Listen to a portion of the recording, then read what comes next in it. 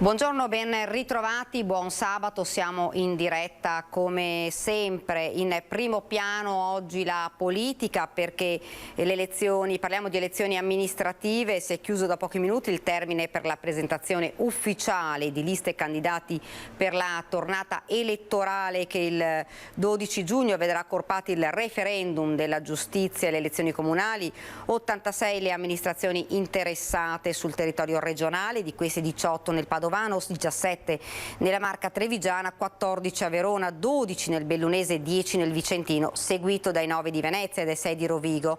Le sfide principali nel comune capoluogo di Padova, Verona e Belluno. I ballottaggi sono stati fissati al 26 giugno e riguarderanno, oltre alle città capoluogo di provincia, anche tutti i centri sopra i 15.000 abitanti, nell'eventualità in cui nessuno dei candidati superi il 50% più uno dei consensi.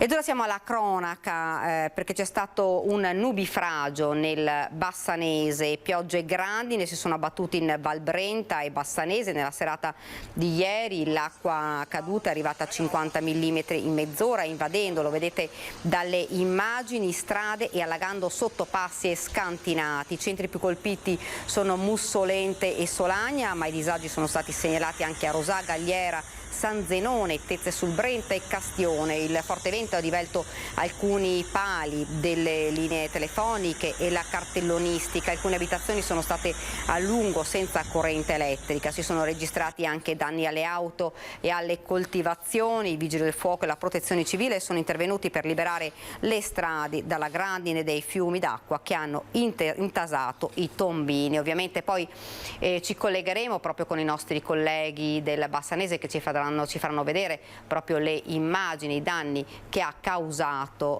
questo nubifragio.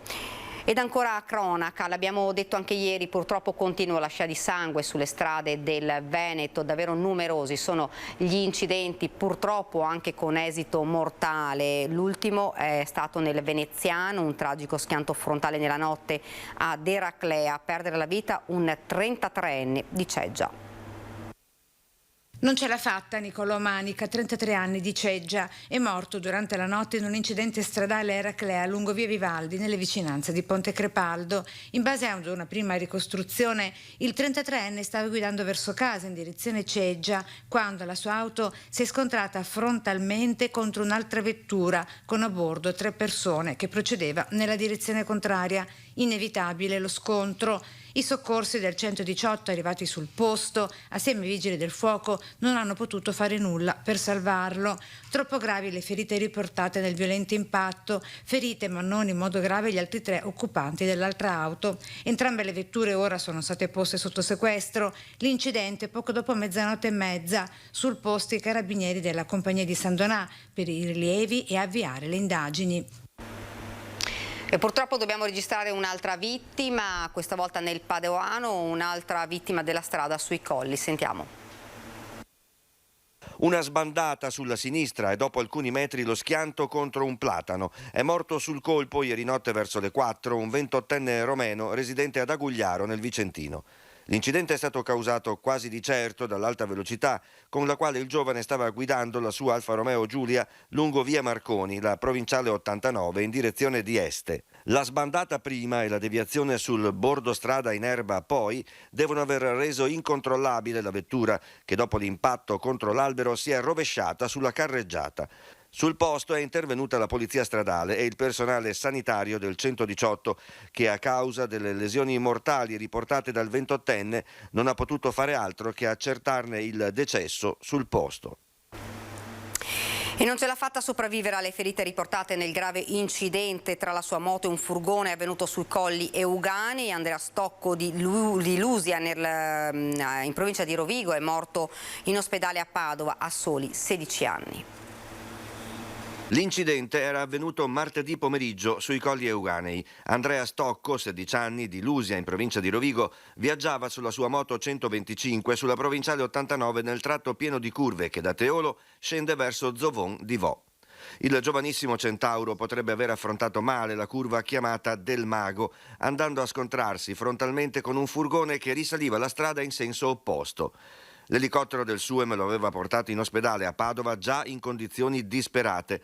Dopo 3 giorni in rianimazione, un intervento chirurgico senza mai uscire dal coma, venerdì nel tardo pomeriggio, dopo le ore previste per legge, i medici ne hanno decretato la morte, soprattutto per le gravissime ferite alla testa. La famiglia ha acconsentito alla donazione degli organi. Ed ora ci spostiamo nel Trevigiano con un blitz della polizia di Treviso, edifici fatiscenti occupati abusivamente. Un casolare abbandonato ma abitato da 6 stranieri, 2 dei quali irregolari che si dedicavano allo spaccio. L'edificio è finito nel mirino della squadra mobile di Treviso, impegnata in un'attività mirata al controllo delle strutture occupate abusivamente in città.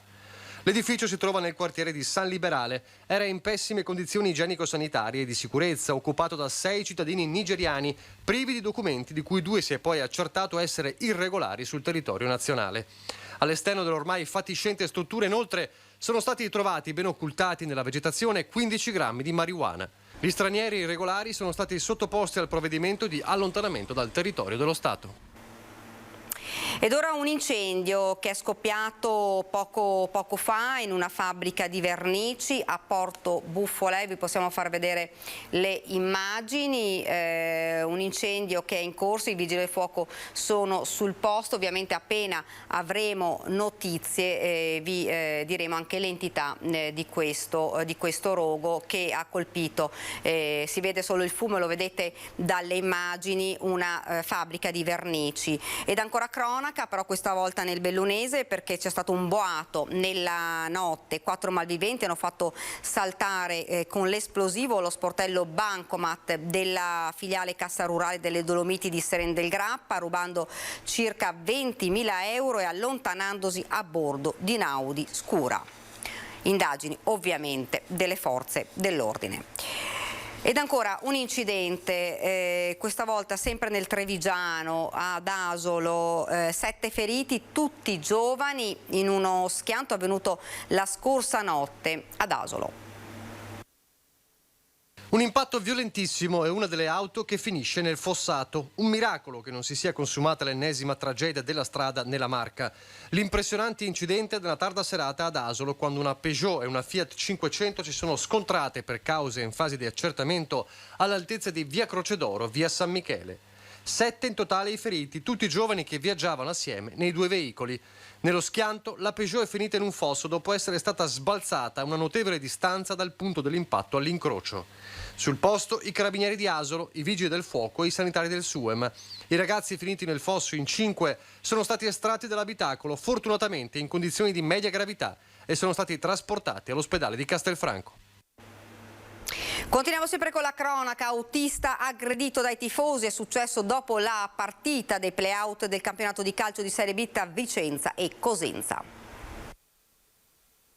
Al Vicenza il primo squillo nei play-out contro il Cosenza, ma quello che è gioco sul campo da calcio si trasforma in violenza che nulla ha a che fare con lo sport fuori dallo stadio. Un autista SVT sarebbe stato ferito mentre faceva il suo lavoro. Guidava l'autobus navetta messo a disposizione dei tifosi calabresi. Secondo una prima ricostruzione pare che l'autista, finita la partita, stesse riaccompagnando i tifosi al casello autostradale di Vicenza Est quando, alla presunta caduta di uno di loro all'interno della corriera, gli sarebbe stato chiesto di fermarsi. L'autista però avrebbe avuto l'ordine dalla questura di non aprire le porte lungo il tragitto e quindi non si sarebbe fermato, così sarebbe iniziata l'aggressione. L'autista avrebbe riportato ferite guaribili in 7 giorni. E non capita tutti i giorni di vedere un grande autoarticolato totalmente rovesciato a ruote in su. È successo a Bagnoli di Sopra. Un bilico carico di carne è finito con le ruote all'aria venerdì sera all'ora di cena.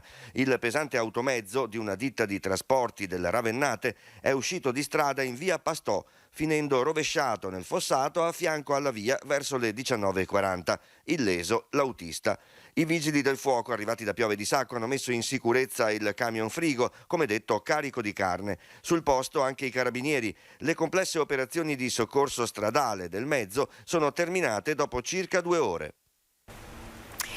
Parliamo anche di Covid, le parole del Ministro della Salute Roberto Speranza, dice siamo ancora dentro una battaglia, io non la considero conclusa la battaglia degli ultimi 2 anni che ci ha visto fronteggiare il Covid, abbiamo però strumenti nuovi, una nuova capacità di rispondere a questa fase non facile che abbiamo dovuto insieme affrontare e dentro questa sfida le farmacie sono state a fianco degli italiani e delle istituzioni per provare a dare le migliori risposte possibili. E per quanto riguarda il Covid vi do lettura anche del bollettino regionale, il consueto bollettino regionale delle persone positive. In Veneto sono stati registrati intanto 3.464 nuovi casi di Covid-19, sono un meno 150 nelle ultime 24 ore, dato che porta il totale a 1.723.410 infetti. Il bollettino regionale segnala le 7 vittime con il totale dei decessi che arriva a 14.584. Scende invece ulteriormente il numero attuale dei pazienti positivi che sono 51.242, 1.026 in meno di ieri. Negli ospedali diminuiscono anche i ricoveri in area medica che sono 746, meno 14, aumentano di poco, più 1 quelli in terapia intensiva che salgono a 46. La campagna vaccinale segnala 2.071 dosi somministrate ieri, come al solito in prevalenza si tratta di terze dosi, ovvero 1.847. Ed ora vedo nello schermo la nostra Anna Maria Parisi che si trova a Mestre in via Piave, dove c'è stato un grave fatto di cronaca, un negoziante che è stato accoltellato, ma ci racconta tutto Anna Maria Parisi. Buongiorno Anna Maria. Sì, buongiorno Daniela, gravissima l'aggressione avvenuta ieri sera, anzi quasi ancora era giorno perché erano circa le 20:10, sono ancora visibili di fronte a noi le tracce del sangue, vedi questo non è stato ancora assorbito, questo era tutto sporco di sangue e nonostante si sia tentato di pulire le tracce sono più che visibili. Alle mie spalle questo il negozio che ora è chiuso, anzi il punto CAF dove lavora l'aggredito, un 30enne di nazionalità bengalese, ex magazziniere al Casinò di Tessera di Venezia, quindi, che ha deciso di mettersi in proprio e aprire questa attività. È stato aggredito perché e da chi? È stato aggredito da un nigeriano che una settimana prima gli aveva sottratto il cellulare. Lui l'ha visto ieri, l'ha riconosciuto, il bengalese lo ha riconosciuto e gli ha chiesto la restituzione del suo cellulare, ma il nigeriano pretendeva 200 euro per restituire l'apparecchio e così è nata una colluttazione con il nigeriano che ha estratto un coltellino e lo ha colpito all'occhio, anzi all'altezza del sopracciglio, fortunatamente non più sotto. Nella gravità, l'altra gravità, quella che il fatto, l'aggressione è avvenuta dinanzi agli occhi della moglie del commerciante bengalese, un ragazzo intorno ai 30 anni e ai 2 figli. Accanto a me è Prince Saudade, Haudade, rappresentante della comunità bengalese. Nello specifico? Io sono il presidente dell'Associazione Giovani per l'Umanità e uno dei rappresentanti e portavoce della comunità bengalese. Allora, questo episodio che è avvenuto ieri sera non è un episodio singolare che è successo, non è un caso raro. Mestre sta diventando un posto dove è quasi impossibile vivere. Una persona non può fare neanche una passeggiata in tranquillità in una via così bella e un episodio simile è successo 3 settimane fa in via Cappuccina dove un altro commerciante bengalese è stato aggredito. Noi come comunità, come bengalesi, lavoratori normali, chiediamo più sicurezza e più controlli in queste vie, perché non è possibile che una persona non riesca a fare la sua attività e non riesca a fare una passeggiata in tranquillità in un posto, in un paese civile come Italia. Quindi chiediamo una maggiore attenzione alle forze dell'ordine, al prefetto, al questore, a tutti gli enti pubblici. Grazie. Ecco Prince, voi avete chiesto adesso un incontro con il prefetto Zappalorto, col prefetto di Venezia. Adesso chiederemo un incontro con il prefetto, non abbiamo ancora chiesto, però faremo una richiesta formale al prefetto, al questore, chiedendo una maggiore attenzione, un maggiore controllo sul territorio, perché è una situazione non bellissima questa che stiamo vivendo, ma non solo la comunità bengalese sta vivendo questa situazione, anche il quartiere Piraghetto, il quartiere Via Piave sta subendo questa situazione da tanto tempo. Ecco, è da dire Prince un altro fatto, è da raccontare un altro fatto già documentato nel corso dei nostri telegiornali, e cioè che soltanto pochi giorni fa, cioè 2 giorni prima l'aggressione al suo connazionale, sono stati aggrediti gli agenti della polizia locale da un gruppo di ben 10 persone, di spacciatori che tentavano di evitare il fermo di un loro connazionale, sempre tutti di nazionalità africana, perché era stato trovato in possesso di un ingente quantitativo di droga. Quindi insomma è gente che non ha paura di niente e di nessuno. Questa è la gravità del fatto. Assolutamente sì. Io in primis posso testimoniare che io ero venuto a fare un sopralluogo per fare un evento in fondo in metà Via Piave. Io sono appena sceso dalla macchina, sono stato avvicinato da più persone che mi offrivano delle cose che non volevo, e quindi io, che sono un cittadino normale, non riesco a fare una cosa normale, cioè di fare una passeggiata, di organizzare un evento. Quindi figuriamoci altre persone, una donna, delle ragazze che vogliono fare una camminata in pace. Quindi chiediamo all'istituzione un controllo maggiore. Ecco, nel caso servisse, perché abbiamo visto anche, Daniela, come nel 2018, quindi pochissimi anni fa, prima della pandemia, c'è stato il Mega Blitz, come ben ricorderai, a pochi metri da qui, con il grande intervento massiccio intervento di tutte le forze dell'ordine coese per annientare quella che era stata ribattezzata la banda dei nigeriani che avevano il controllo di tutta la zona tra Via Piave, Via Piraghetto e Via Cappuccina della droga, e si sono spostati di zona, e comunque sappiamo come tutte le zone in prossimità delle stazioni ferroviarie siano strade e comunque vie e quartieri particolari. Certamente si è ricompattata quella che era stata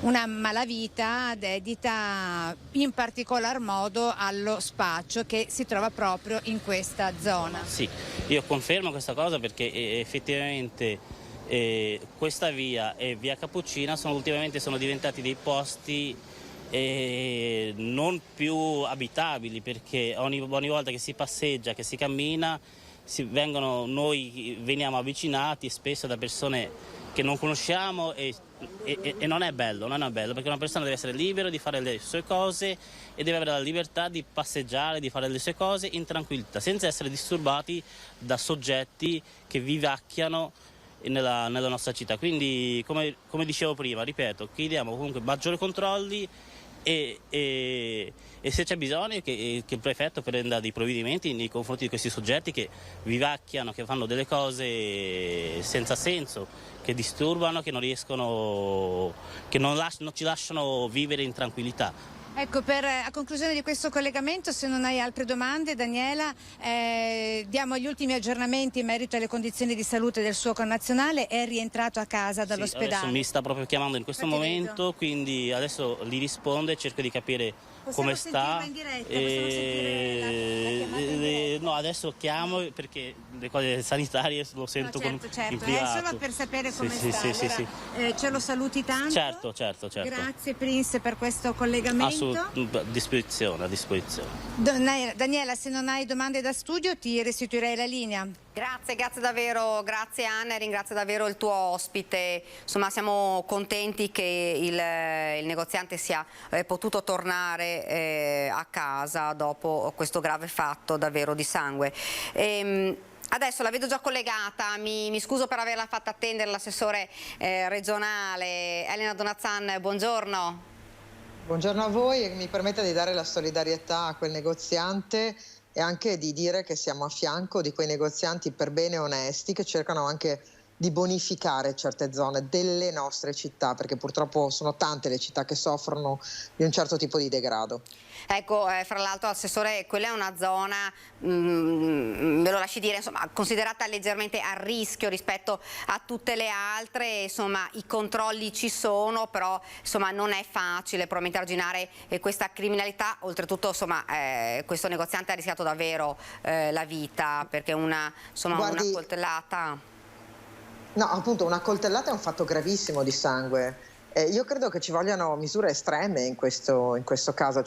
Le regole non valgono più, la legge così com'è immaginata imbriglia le forze dell'ordine, il cittadino per bene, come il signor Prince che ci ha detto semplicemente vorrei organizzare un evento, ma fare una passeggiata, giustamente menziona il fatto che una donna in quelle zone della città è più fragile, più debole di altri soggetti. Ebbene, allora vuol dire che noi siamo oltre la normalità e abbiamo bisogno di misure straordinarie e speciali. Io credo che oggi sia questo il tema, il tempo per dire ai cittadini per bene: non cedete alle estorsioni, non fatevi minacciare, lo Stato è al vostro fianco, ma allora dobbiamo dare allo Stato e soprattutto ai servitori dello Stato strumenti più efficaci, perché quelli che ci sono non sono efficaci.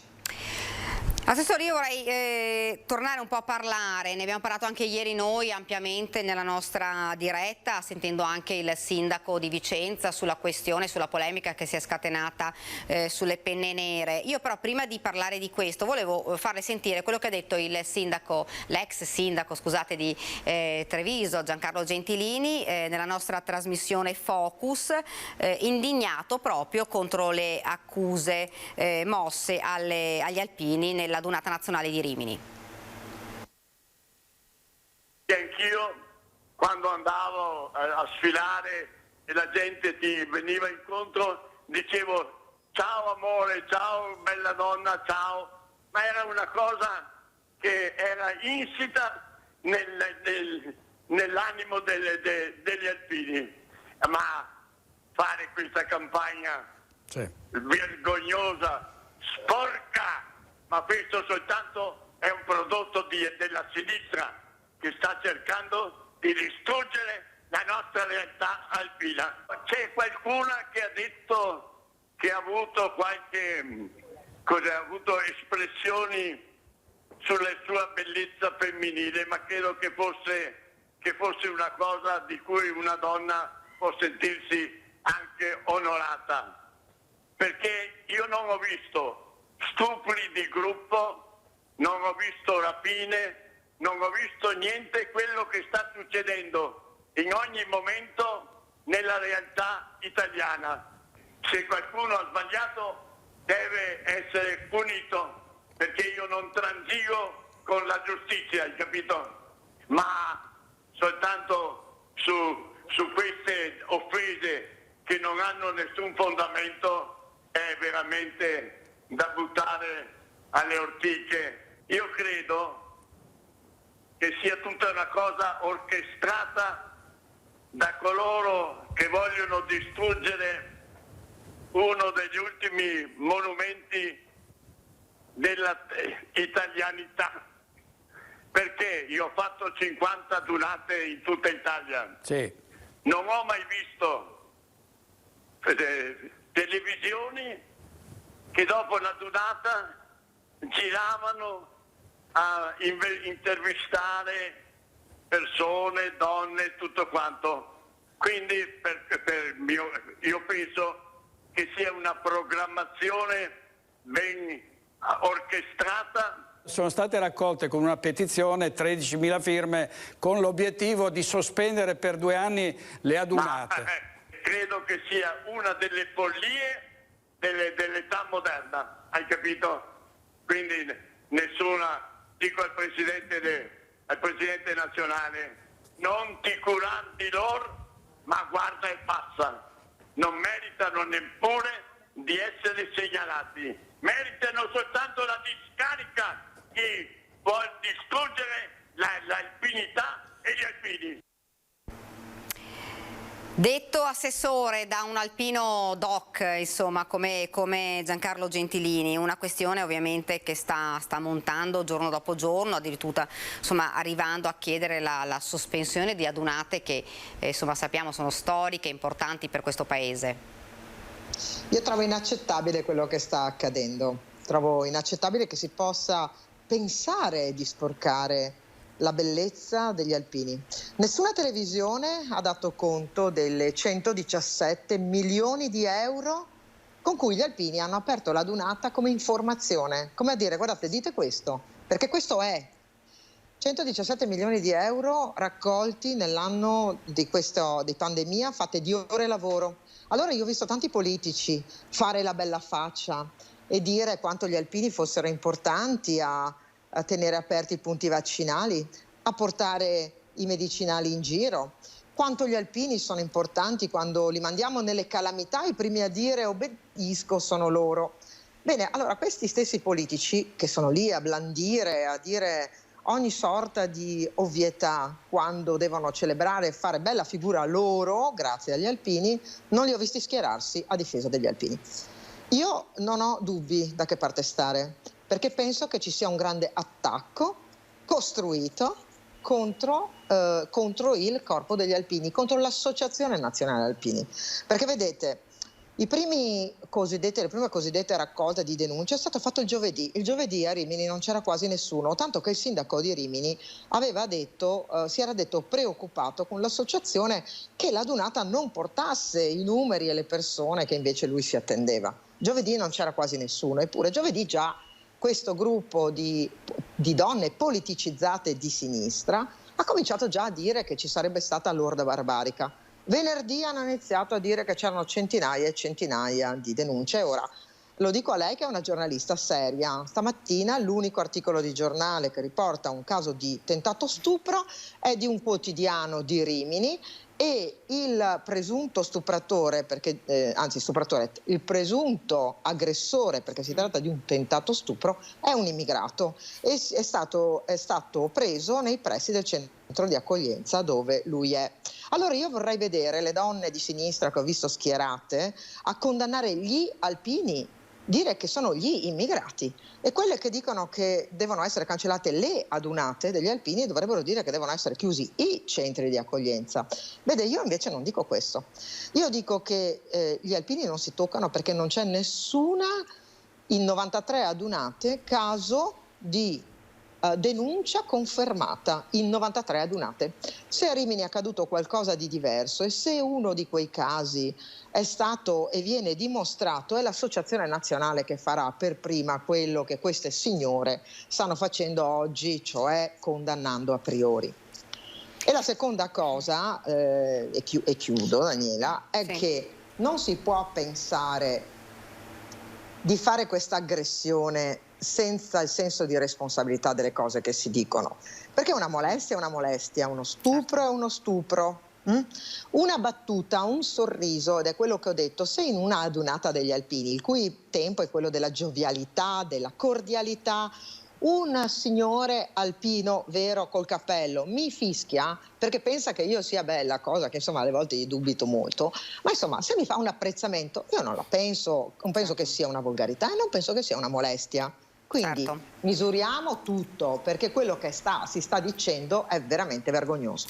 Ecco, fra l'altro, Assessore, proprio mi ha anticipato di un attimo, ieri avevo in studio anche il sindaco di Spresiano che era fra l'altro proprio a Rimini con gli alpini e diceva, insomma, magari cerchiamo di non scambiare magari la goliardia con una molestia, sono due cose completamente diverse, un po' si sta strumentalizzando quello che è accaduto. Sì Daniela, questo è quello che penso io e penso che si stia esagerando. Allora, da una parte c'è la strumentalizzazione di un certo mondo che è quello di una sinistra militante antimilitarista, perché ci sono le signore del non una di meno, questa associazione così zelante da dire già il giovedì che c'erano segnalazioni e il venerdì ne aveva centinaia e centinaia, è la stessa di Trento. A Trento aveva fatto lo stesso schema. i giorni precedenti aveva detto che ci sarebbe stata una orda barbarica che sarebbe arrivata a Trento, che le donne dovevano avere paura e che ci sarebbero stati episodi di macismo. Ebbene, non è accaduto nulla e questa stessa associazione fu costretta a rimangiarsi le cose che disse. Trento 2018, perché io le faccio tutte, Daniela. Cendirini ne ha fatte 50, la Donazzana ne ha fatte 30, perché da bambina io andavo con la mia mamma e mia sorella. Io, mamma e sorella, ed ero anche più avvenente, più giovane, anche più libera, diciamo così, non avevo tutto questo schema mentale di essere un personaggio pubblico e quindi pesare anche quando mi giro, cosa faccio, cosa guardo. Bene, ero molto più simpatica, ecco, non ho mai avuto nulla che non fosse qualche cosa di accettabile, come una battuta, un giro di valzer e non so ballare, una cantata presa sotto braccio, quando magari normalmente nessuno mi prende sotto braccio, ma è una adunata nazionale degli alpini, non può essere strumentalizzato qualsiasi cosa. E l'altra è l'esagerazione. L'esagerazione però è la brutta eredità. Si è bloccato il collegamento. Eccomi. Vediamo, si è bloccato il collegamento. Vediamo. Sì, ecco qua, io la sento, non la vedo ma la sento.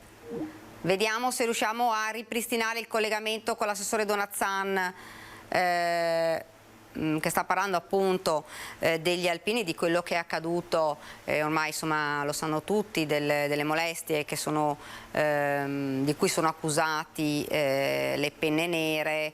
Vediamo se riusciamo a eccola qua, assessore, la rivedo, ecco qua.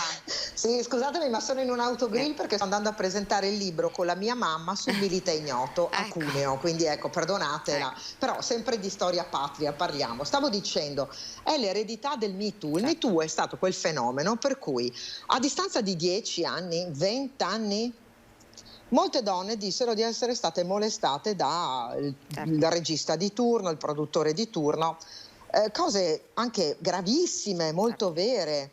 Ma ci fu un fenomeno, Me Too è anch'io, la sostanza è la traduzione. E pare che, e devo dire che ne sto sentendo di tutti i colori, che ogni donna sia stata molestata, ogni donna abbia subito violenze. Ci sono dei numeri di statistica che sono impressionanti. Cioè, la statistica del racconto dice che ogni donna ha subito una molestia nella vita. Allora, guardate, magari non me ne sono accorta, ma a me non è successo. E quando accade, voglio che sia esattamente la cosa più grave che accade, cioè voglio essere certamente al fianco di quella donna molestata e certamente a condannare quella molestia, ma non può essere qualsiasi cosa. Certo. Non può essere a posteriori dopo anni, non può essere a posteriori dopo una adunata che magari col telefonino, Daniela, lo sappiamo perché tutti quelli che ci ascoltano lo sanno, se noi vediamo un caso, se io adesso qui in autogrill vedessi un tentativo di furto, col telefonino lo riprendo, lo registro. Certo. Assessore, e a chi insomma abbiamo visto, insomma, dice vogliamo le dimissioni dell'assessore Donazzan perché ha detto insomma si è schierato dalla parte degli alpini, che cosa risponde? Di no, io sono fieramente schierata al fianco degli alpini e se un giorno dovessi lasciare una carica istituzionale per avere difeso gli alpini o la patria ne sarei fiera.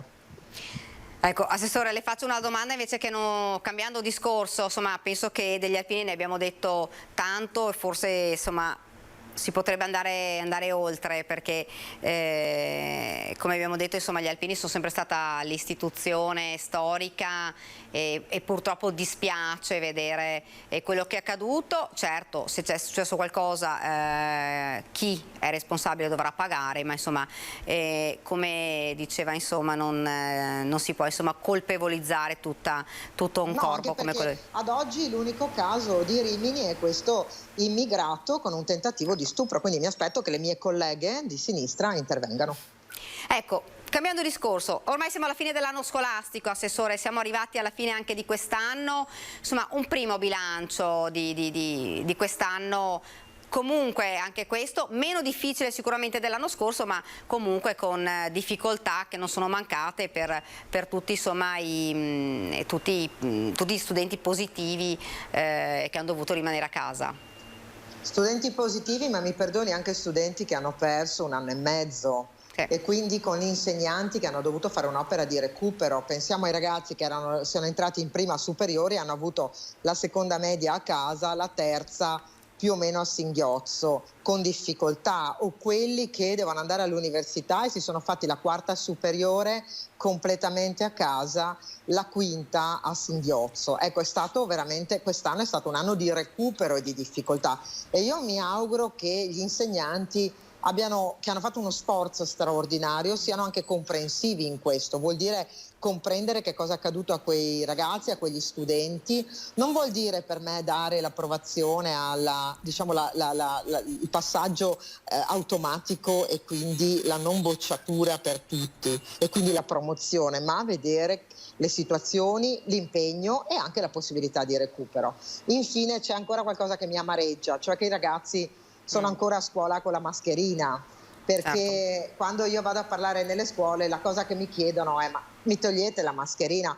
E sono distanziati. Queste creature e le scuole, altra cosa ottima, hanno sempre tenuto grande distanziamento. Molte scuole hanno messo sistemi di sanificazione, di ventilazione meccanica. Peraltro, Daniela sappia che come Regione del Veneto la settimana scorsa abbiamo approvato un avviso per tutte le scuole del Veneto, perché ci saranno contributi proprio per mettere questa ventilazione. Non serve solo per il Covid, serve perché abbiamo imparato che cambiare l'aria in un certo modo e sanificare rende più salubre. Allora via le mascherine. Certo, ma secondo lei si parla tanto di questa normalità, si spera insomma di tornare ad una normalità, anche se insomma abbiamo visto i contagi ci sono, ma comunque sono diminuiti i ricoveri in ospedale. Come sarà il prossimo anno scolastico? Io farò di tutto perché sia senza mascherina, con i distanziamenti che ci devono essere rispetto a un'organizzazione che siamo stati in grado di gestire molto bene, e che sia normale, che i ragazzi tornino a fare sport. Questa mattina ero a Vicenza con il coordinamento regionale del rugby e loro il tema di oggi era il disagio giovanile.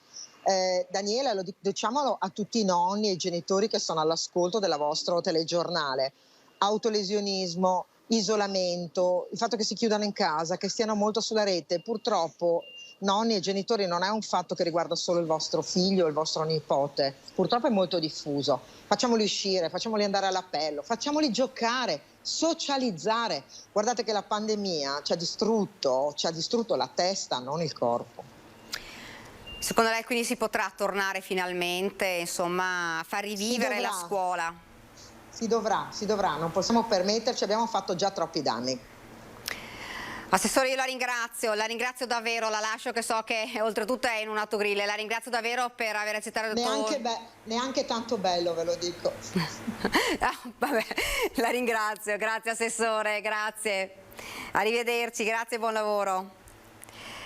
Bene, noi adesso ci fermiamo per qualche istante di pubblicità, poi torniamo in studio con altri collegamenti, altri servizi ed altri ospiti.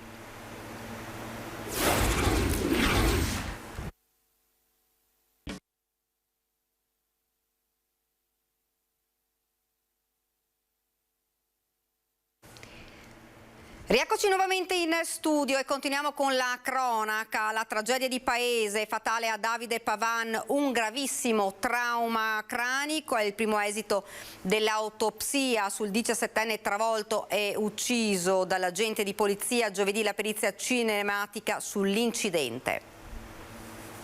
Sembra che il ragazzo sia morto sul colpo e questo secondo noi è insomma, una piccola consolazione ovviamente per la famiglia. È morto per trauma cranico in seguito all'urto. Un fortissimo, letale trauma cranico e una morte pressoché istantanea. Tra le lesioni riportate da Davide Pavan nello schianto di domenica sera, quello alla testa non gli ha lasciato scampo. A dirlo, il primo esito dell'autopsia eseguita sul corpo del 17enne di Morgano, travolto dall'auto dell'agente di polizia Samuel Seno, messosi alla guida nonostante avesse un tasso alcolemico pari a 1,20. Un atto dovuto, quello dell'esame autoptico chiesto dal PM per fare ulteriore luce sulla tragedia di Via Olimpia a Paese, dove la vettura di Seno, appena partito dopo una festa con i compagni del rugby Paese, avrebbe invaso la corsia opposta centrando in pieno lo scooter di Davide, che stava tornando a Morgano dopo aver portato a casa la fidanzatina a Paese. Una ragazzina sconvolta e ancora sotto shock, seguita dagli stessi avvocati della famiglia Pavan. Avrebbe voluto parlare anche con il signor Seno, ma in questo momento c'è una situazione per cui il signor Seno non intende ancora parlare con la ragazza stessa, perché appunto manifesta ovviamente una difficoltà e dolore che in questo momento gli impediscono appunto di parlarci. Intanto, per accertare ulteriormente la dinamica, la Procura ha disposto per il prossimo 19 maggio una perizia cinematica. Cosa vi aspettate da questa indagine? Ma in realtà che si confermi effettivamente che il signor Seno abbia invaso la corsia opposta, di fatto tagliando completamente la strada al povero Davide, abbia di fatto cagionato a tutti gli effetti l'incidente e la morte del ragazzo. Inoltre sul corpo di Davide sono stati effettuati anche gli esami tossicologici. Il risultato si avrà però soltanto fra 60 giorni. Ed ora invece parliamo di tutt'altro, lasciamo la cronaca, ne abbiamo parlato davvero ampiamente in questa prima edizione.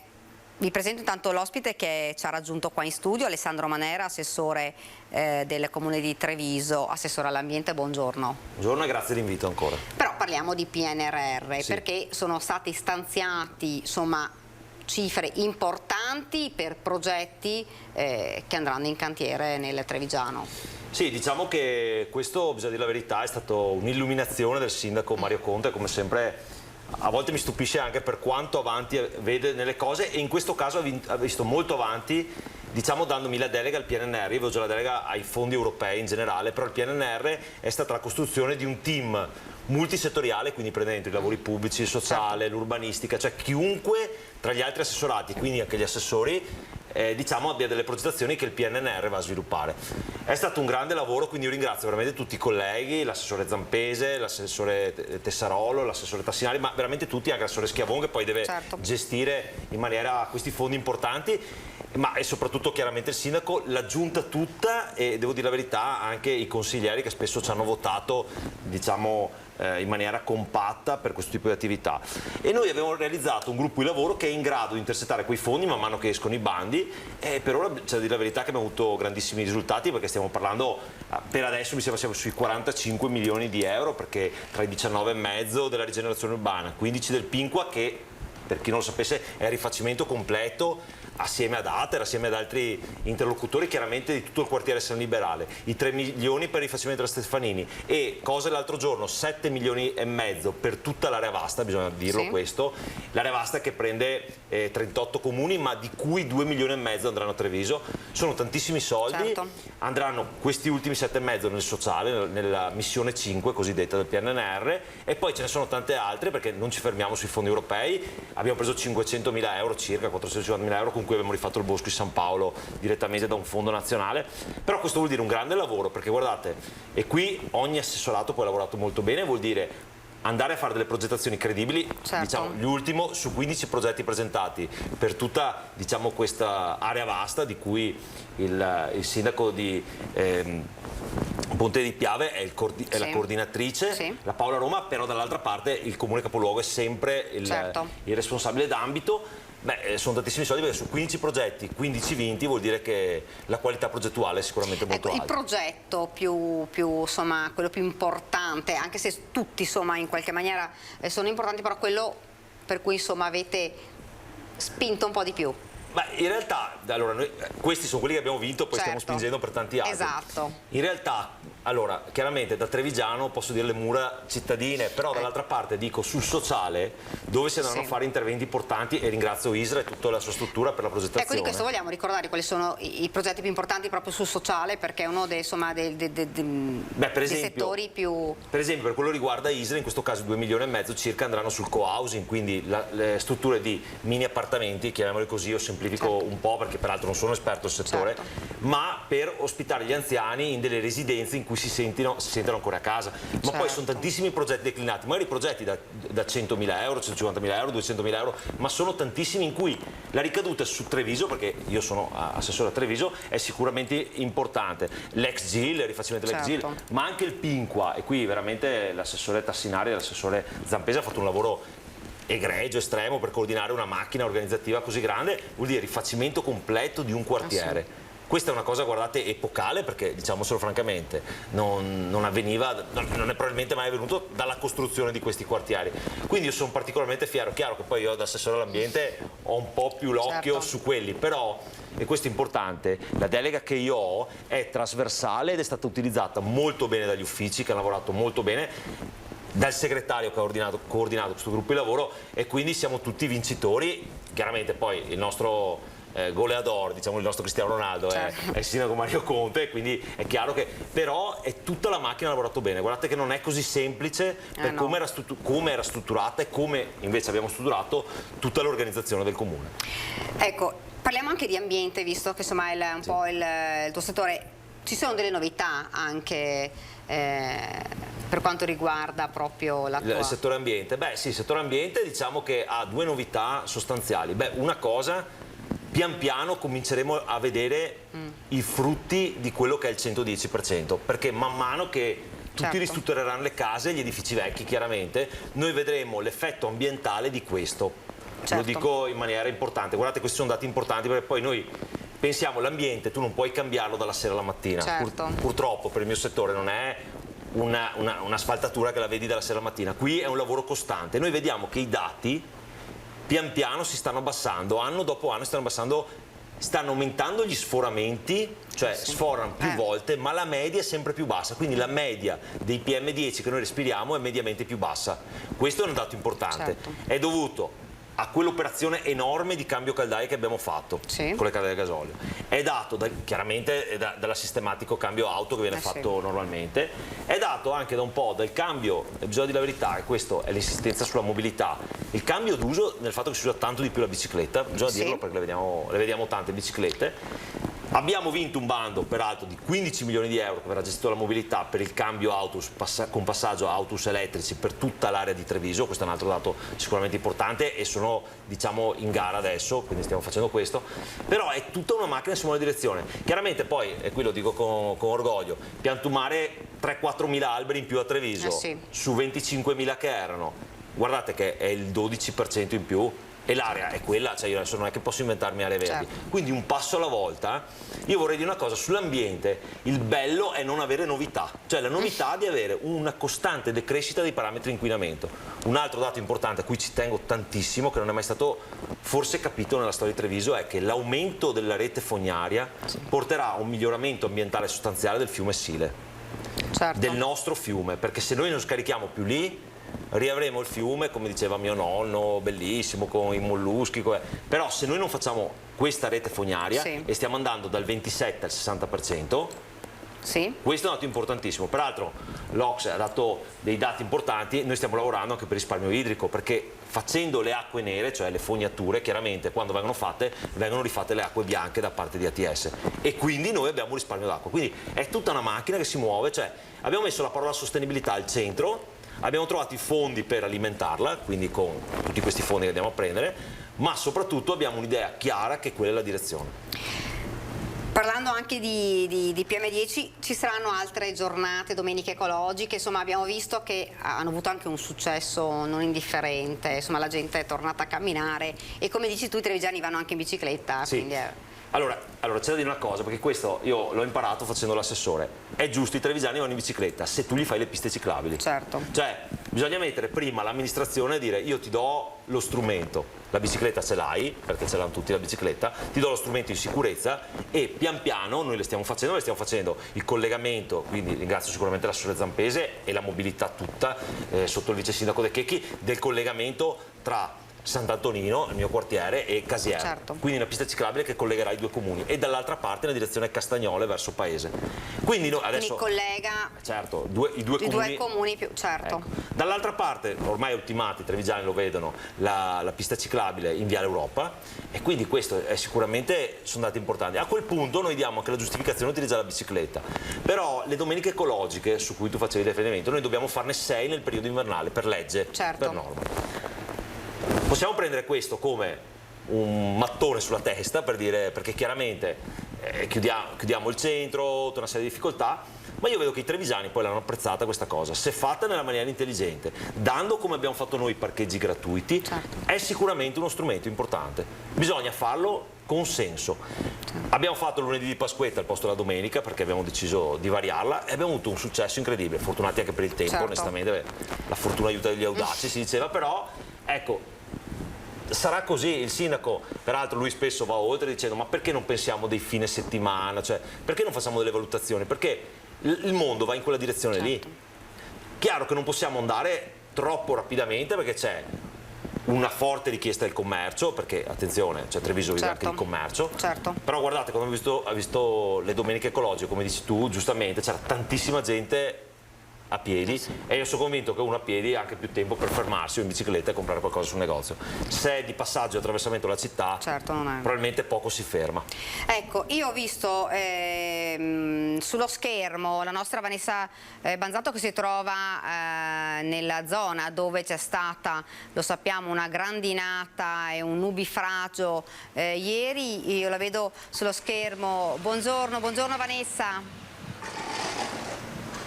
Sì, buongiorno Daniela, a tutte le persone che ci stanno seguendo. Mi trovo proprio a Solagna, siamo all'altezza del sottopasso di via Bresage e mi trovo con il sindaco Stefano Bertoncello. Perché? Perché ieri sera c'è stata questa terribile ondata di maltempo, si è abbattuta fortissima pioggia, fortissima grandine. La grandine ha praticamente coperto per l'altezza di 1 metro il sottopasso, creando pesanti disagi, sindaco. Sì, assolutamente sì. Ieri sera sapevamo che c'era qualche temporale eccetera, ma non puoi mai immaginare poi quello che succede, e quindi verso le 9:30, 10 si è battuta questa ennesima, per quanto riguarda il nostro territorio, ennesima bomba d'acqua che ha buttato tra l'altro tantissima grandine, molto fine a dire il vero, per fortuna, quindi non ha fatto danni alle auto eccetera, però ha intasato completamente gli scarichi del sottopasso che vediamo qui e del sottopasso di via Collalto che è più giù, quindi si è bloccata completamente la circolazione. Siamo intervenuti immediatamente con la protezione civile e quindi nel giro di poco tempo abbiamo liberato se non altro una corsia, ma ieri sera qua ce n'era 1 metro, voglio dire, di grandine, quindi non era come adesso che sembra già tanta, è già tanta questa.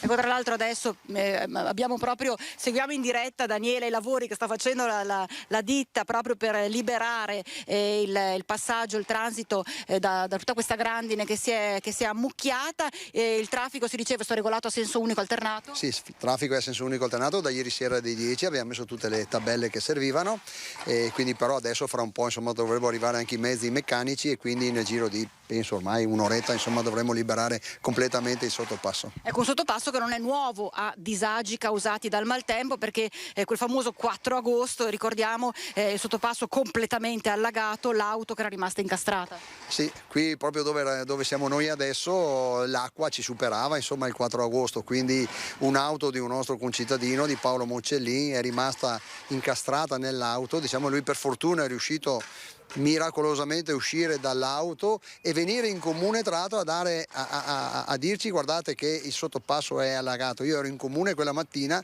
e lui è arrivato bagnato, fradicio, che non capivamo subito cosa era successo, perché vedevamo piovere, per carità, però non immaginavamo una cosa del genere, e da lì poi ovviamente è partito tutto il lavoro che abbiamo fatto successivamente. Ecco, 33 mm d'acqua scesi in pochissimo tempo tra Solagna e la zona di Valstagna.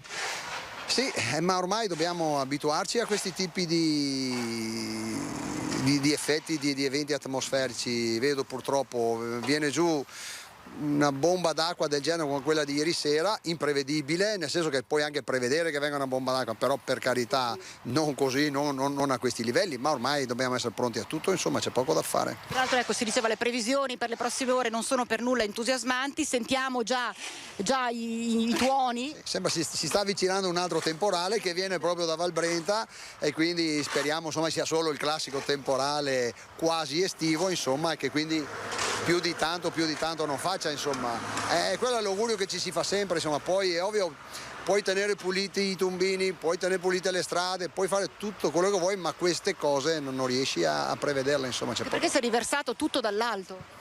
Tutto dall'alto, poi c'era anche molto vento ieri, penso che molti danni li abbia fatti anche il vento, perché mi dicevano, io ero a cena tra l'altro con un'associazione qui che mi aveva invitato a cena ieri sera, quindi subito non ce ne siamo neanche accorti molto, però sentivamo anche noi il vento, quindi quando siamo usciti abbiamo visto proprio l'acqua andava quasi di traverso completamente, quindi è stata veramente una cosa devastante, 15-20 minuti ma intensi. Danni particolari?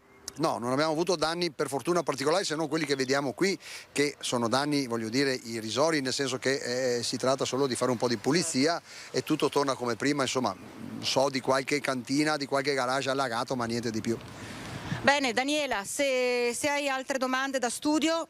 No, grazie davvero Vanessa, grazie, abbiamo visto davvero insomma quello che è accaduto nelle vostre zone, grazie davvero e ringrazia il sindaco. Bene, grazie, vi ricevo la linea. Dunque, eventi, ha sentito il sindaco, eventi dice di cui insomma dobbiamo purtroppo abituarci. Sì, questi sono anche altri dati importanti, perché spesso, e questo noi vediamo i climatologi, quello che o climatologhi, non so mai come si dice, ce lo dicono, noi abbiamo che la media della quantità d'acqua durante l'anno è più o meno costante, però la piovosità cambia, cioè abbiamo grandi periodi di siccità, se pensate abbiamo avuto 3 mesi praticamente da dicembre in cui non pioveva, e poi abbiamo queste bombe d'acqua incontrollate. È chiaro, il calcolo totale dell'acqua che cade è la stessa, però se cade in pochissime ore la rete idrica rischia di andare al collasso. Per questo noi per esempio abbiamo fatto un grande lavoro per i quartieri sud, quindi il quartiere Ghirada, San Lazzaro, abbiamo fatto un bacino di laminazione, purtroppo in quel caso onestamente dovendo sacrificare qualche albero, per evitare che questo quartiere, che è sotto il livello e ha poco drenaggio, grazie al Fuin, al fiume Fuin, al torrente Fuin, possa alimentare questo bacino di eliminazione e evitare che vada sotto tutto il quartiere, cosa che è avvenuta per molto tempo.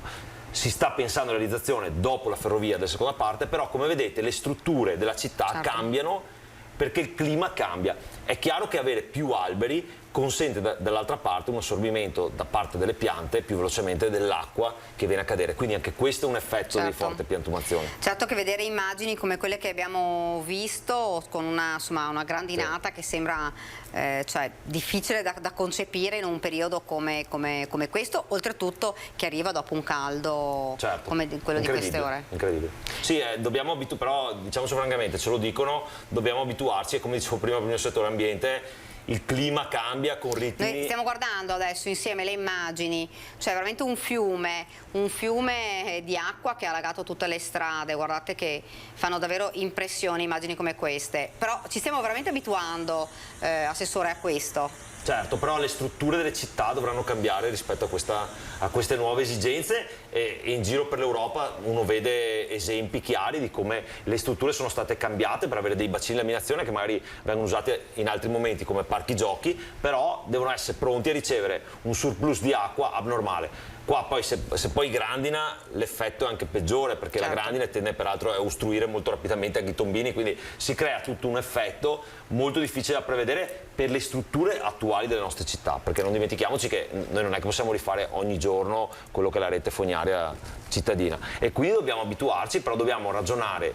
ipotizzare e strutturare le città in maniera diversa.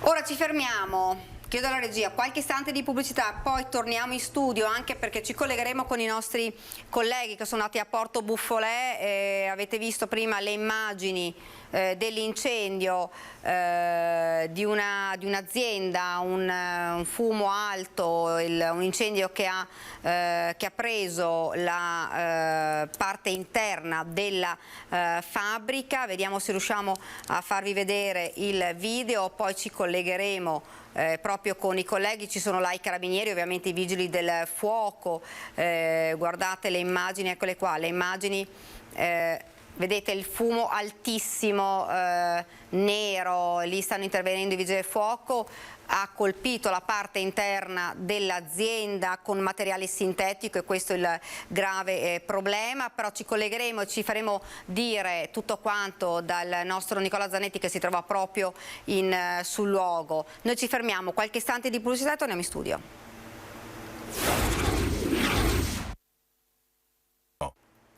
Rieccoci nuovamente in studio e ora andiamo subito a Porto Buffolè dove è scoppiato un incendio in un'azienda di ceramica e abbiamo lì sul posto, lo vedo sullo schermo, il nostro Nicola Zanetti. Nicola, buongiorno. Buongiorno Daniela, buongiorno ai telespettatori con il nostro Mattia Pizzaia. Dunque, voi non lo potete sentire, io mi sono tolto la mascherina per un attimo per fare il collegamento, c'è un odore molto acre di vernici, di sostanze chimiche. I vigili del fuoco in questo momento hanno finito una prima parte del loro lavoro di spegnimento dell'incendio con l'autoscala. Lì vedete il fumo nero continua intanto però a salire dalla struttura dell'edificio, il fumo nero, una colonna di fumo nero che ha allarmato le persone poco dopo le 11:15 circa. Si tratta di un un'azienda molto, molto importante, molto grossa, che qui dà lavoro anche a tanta gente, la Nikos. Siamo in zona industriale di Porto Buffolè, è un'azienda che si occupa di ceramica, soprattutto in questo caso di componentistica di arredo bagno. L'incendio, dicevamo, intorno alle 11:15, ancora ovviamente da capire cosa abbia scaturito il rogo. Ci sono i vigili del fuoco che sono all'interno anche per, prima di tutto per domare l'incendio, ma poi anche per capire dove sia partito l'innesco di questo incendio. Tantissime le squadre, come vedete, dei vigili del fuoco che sono impegnate. A quanto ci hanno detto alcune persone che entrano ed escono dall'edificio, insomma, molto preoccupati, la situazione parrebbe sotto controllo, cioè circoscritto il rogo da parte dei vigili del fuoco, ma vediamo continuamente i vigili del fuoco in azione e l'autoscala dei vigili del fuoco che sale e scende, e ancora sbuffi di fumo nero che escono dall'interno dell'edificio. Qual è il timore? Il timore è che ci dicevano molti litri di liquido anche infiammabile, e quindi si sta cercando ovviamente di circoscrivere anche il pericolo di una eventuale esplosione, di un eventuale scoppio. Ovviamente poi c'è anche la questione inquinamento dell'aria, lo dicevo prima, l'odore è molto acre, però fortunatamente ecco, la colonna di fumo nero che è stata vista questa mattina, che ha allarmato un po' i residenti della zona e gli automobilisti, che hanno subito mandato anche dei video sui social, è sostanzialmente spenta, però il lavoro continua. Ci sono qui davanti anche tanti lavoratori, operai della Nikos che non erano in turno questa mattina, ma che lavorano, sono stati richiamati, insomma è la loro azienda, sono molto molto preoccupati. Situazione in evoluzione, dicevamo, per quello che possiamo dire, per quello che sappiamo. L'incendio, il rogo è contenuto, ma si tratta di aspettare per dichiarare, insomma, che il pericolo sia concluso. Le prossime ore saranno fondamentali, quindi il lavoro importante dei vigili del fuoco sarà fondamentale. Ci sono ovviamente anche i carabinieri per le indagini. Da Porto Buffolè per adesso è tutto, ti restituisco la linea. Grazie davvero Nicola, grazie e buon lavoro. Dunque, qui parliamo di ambiente perché insomma un fumo così alto preoccupa ovviamente i cittadini. Ci sarà da capire se ci saranno problemi a livello proprio di tossicità. Insomma un'azienda di ceramica, materiale sintetico, l'abbiamo detto. Sì, credo da questo punto di vista ARPA sia intervenuta immediatamente e abbia allarmato tutte le centraline di riferimento collocate nel territorio.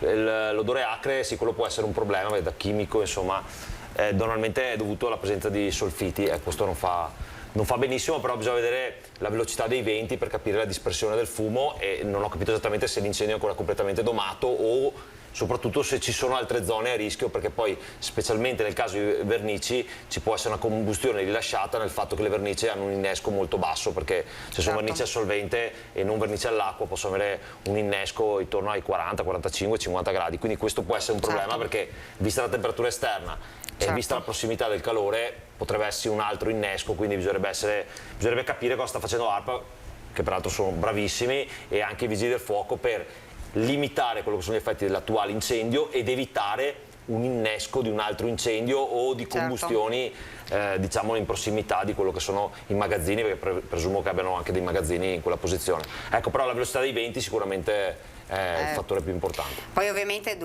nel corso dei nostri telegiornali questa sera vi daremo ulteriori notizie anche per capire insomma il danno che ha subito questa azienda, come avete sentito dal nostro Nicola Zanetti, un'azienda importante, grossa della zona, e anche per quantificare poi i danni che ha subito, insomma ovviamente notizie che vi daremo nel corso del nostro telegiornale. Io cambierei anche argomento per parlare anche degli alpini. Ne abbiamo parlato con l'assessore Donazzan, che purtroppo è poi finita nella bufera perché insomma si è schierata dalla parte delle penne nere. Abbiamo sentito anche le parole dell'ex sindaco Giancarlo Gentilini, insomma da Alpino Doc ovviamente, quindi schierarsi da parte degli alpini.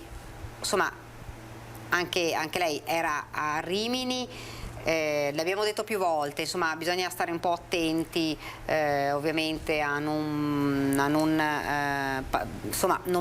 pensare che la goliardia sia una molestia. Certo, se qualcuno ha sbagliato deve pagare, ma insomma non tutto il corpo degli alpini va messo sotto processo. Allora, qui parla l'alpino Manera, quindi non sono neutro nel giudicare quello che sono gli alpini. Allora, ricordiamoci un attimino chi sono gli alpini, cosa fanno gli alpini per la nostra società.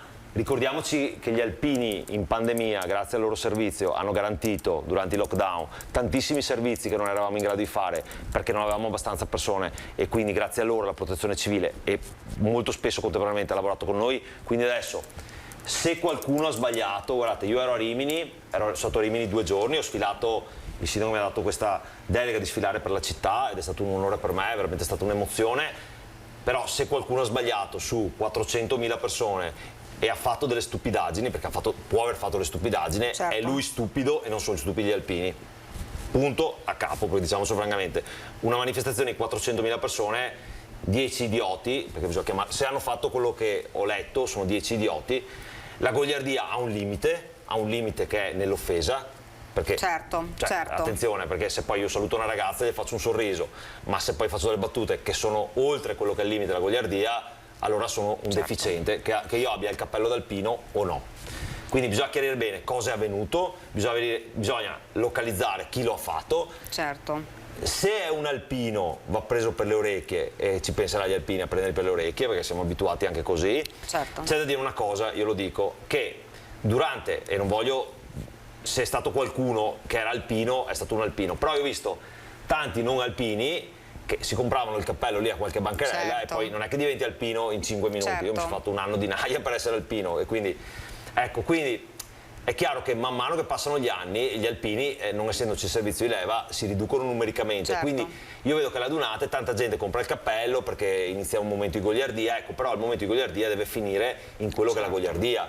Poi se te la fai tra alpini è una cosa, se passa una persona, donna o uomo che essa sia, e tu fai degli apprezzamenti o delle battute fuori luogo, ecco, allora si passa alla maleducazione, e se fai altro si passano anche i reati.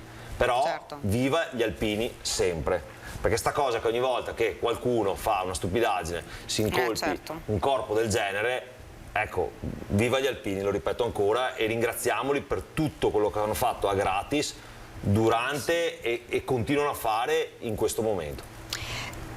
Una dunata poi insomma particolare, perché una dunata al mare, vedere insomma gli alpini sfilare in lungomare, insomma fa anche un certo effetto. Dispiace tutto quello che è accaduto, perché insomma da una manifestazione che dovrebbe essere stata una manifestazione comunque bella, abbiamo insomma sentito anche i cittadini che dicevano insomma siamo abituati alle penne nere, siamo abituati ad averli a casa, certo non fa piacere, e soprattutto insomma anche la proposta, l'ipotesi, quella di sospendere le adunate, la prossima adunata è a Udine, fa pensare. No vabbè, però adesso io dico non esageriamo, allora cosa vogliamo dire? Perché c'è qualche deficiente, fa lo stupido allo stadio, sospendiamo il campionato di calcio, adesso va bene tutto, però poi c'è un certo mondo che è sempre lì pronto a giudicare, ripeto, se qualcuno ha fatto lo stupido deve pagare, a giudicare e fare di tutta l'erba un fascio, però non è così, gli alpini sono gli alpini che noi conosciamo, amiamo. Ecco, io ho sfilato anch'io al mare, faceva un caldo, guardate, incredibile. Qualche ombra, lo dico, è andata anche oltre, però se rimane nello spirito di quello che è il corpo degli alpini, tutti li conoscono, abbiamo avuto la dunata a Treviso. Esatto. Cioè, quando sono andati via e tutti i trevigiani hanno detto facciamola un'altra volta, perché, ecco, quindi ripeto, se qualcuno ha sbagliato paga, però iniziare a dire perché qualcuno fa lo stupido, qualcuno su 400-500.000 persone, allora sospendiamo la dunata, no, allora cosa sospendiamo? Qualsiasi manifestazione, perché qualcuno sotto propria responsabilità fa lo stupido. No, cioè adesso va bene tutto, però ecco, io mi oppongo, da alpino mi oppongo fermamente a questa cosa. Ecco, guardiamo insieme il servizio. Abbiamo sentito quello che hanno detto i presidenti del Veneto e del Friuli Venezia Giulia, che si schierano a fianco degli alpini dopo le polemiche appunto legate alle molestie, e dicono che ha sbagliato deve pagare, ma non bisogna generalizzare. Questo è un po' il coro unanime davvero di tutti. Le adunate dicono non si toccano. Sentiamolo. Accertare i fatti, punire chi ha sbagliato, ma le adunate degli alpini non si toccano. I governatori di Veneto e Friuli Venezia Giulia sono chiari dopo le presunte molestie che si sarebbero verificate lo scorso fine settimana durante la festa alpina a Rimini.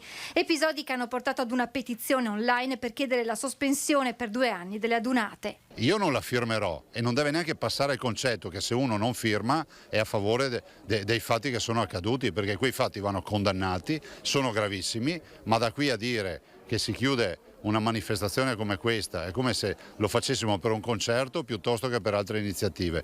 Cioè, qui ci sono responsabilità soggettive dei singoli che si sono comportati male, vanno puniti, ma da qui a dire che l'Associazione Nazionale Alpini è un'associazione di poco di buono, decisamente no. Anche il collega del Friuli Venezia Giulia, Fedriga, difende le adunate e quello che rappresentano le penne nere. Adunate al 100%. Penso che se qualcuno si è comportato male deve pagare, ma mettere sotto processo, come purtroppo sta avvenendo da parte di una frangia. E il glorioso colpo degli alpini lo ritengo inaccettabile. Io difendo gli alpini, li ringrazio per quello che hanno fatto e soprattutto per quello che rappresentano. Adunate che non si toccano nemmeno per il presidente Zaia, che ribadisce non si deve generalizzare, la mela marcia deve pagare. Ci sarà quella di Udine, ma poi abbiamo 2 candidature in Veneto, ovvero Vicenza e poi anche Verona, io spero. Avremo l'interregionale ad Asiago. Io direi che la generalizzazione non fa bene a nessuno, è giusto che si identifichino i responsabili e la si chiuda velocemente, dopodiché mettere in croce tutta la dunata agli alpini decisamente no. Io gli alpini li conosco per la solidarietà, per la compassione, per la voglia di fare per la comunità. Le parole del presidente Fedriga e le parole del presidente Zaia, le adunate non si toccano? Non si toccano assolutamente, né quelle nazionali né quelle diciamo più locali e anche tutte le manifestazioni a cui gli alpini partecipano. Bisogna essere onorati di aver fatto gli alpini e bisogna essere onorati quando gli alpini ci vengono a trovare. Ecco, cambiamo anche discorso, ne abbiamo parlato davvero ampiamente degli alpini e delle penne nere, di quello che è accaduto. Speriamo che venga chiarita la situazione, venga chiarito tutto quello che è accaduto, così da non lasciare una macchia in una manifestazione che è una manifestazione davvero popolare. Sì. Questo va detto. Sì, no, ma assolutamente. E ripeto, se verranno identificati e se sono alpini, perché attenzione, certo. Rimini non è che fosse deserta di ragazzi o persone che non erano alpini.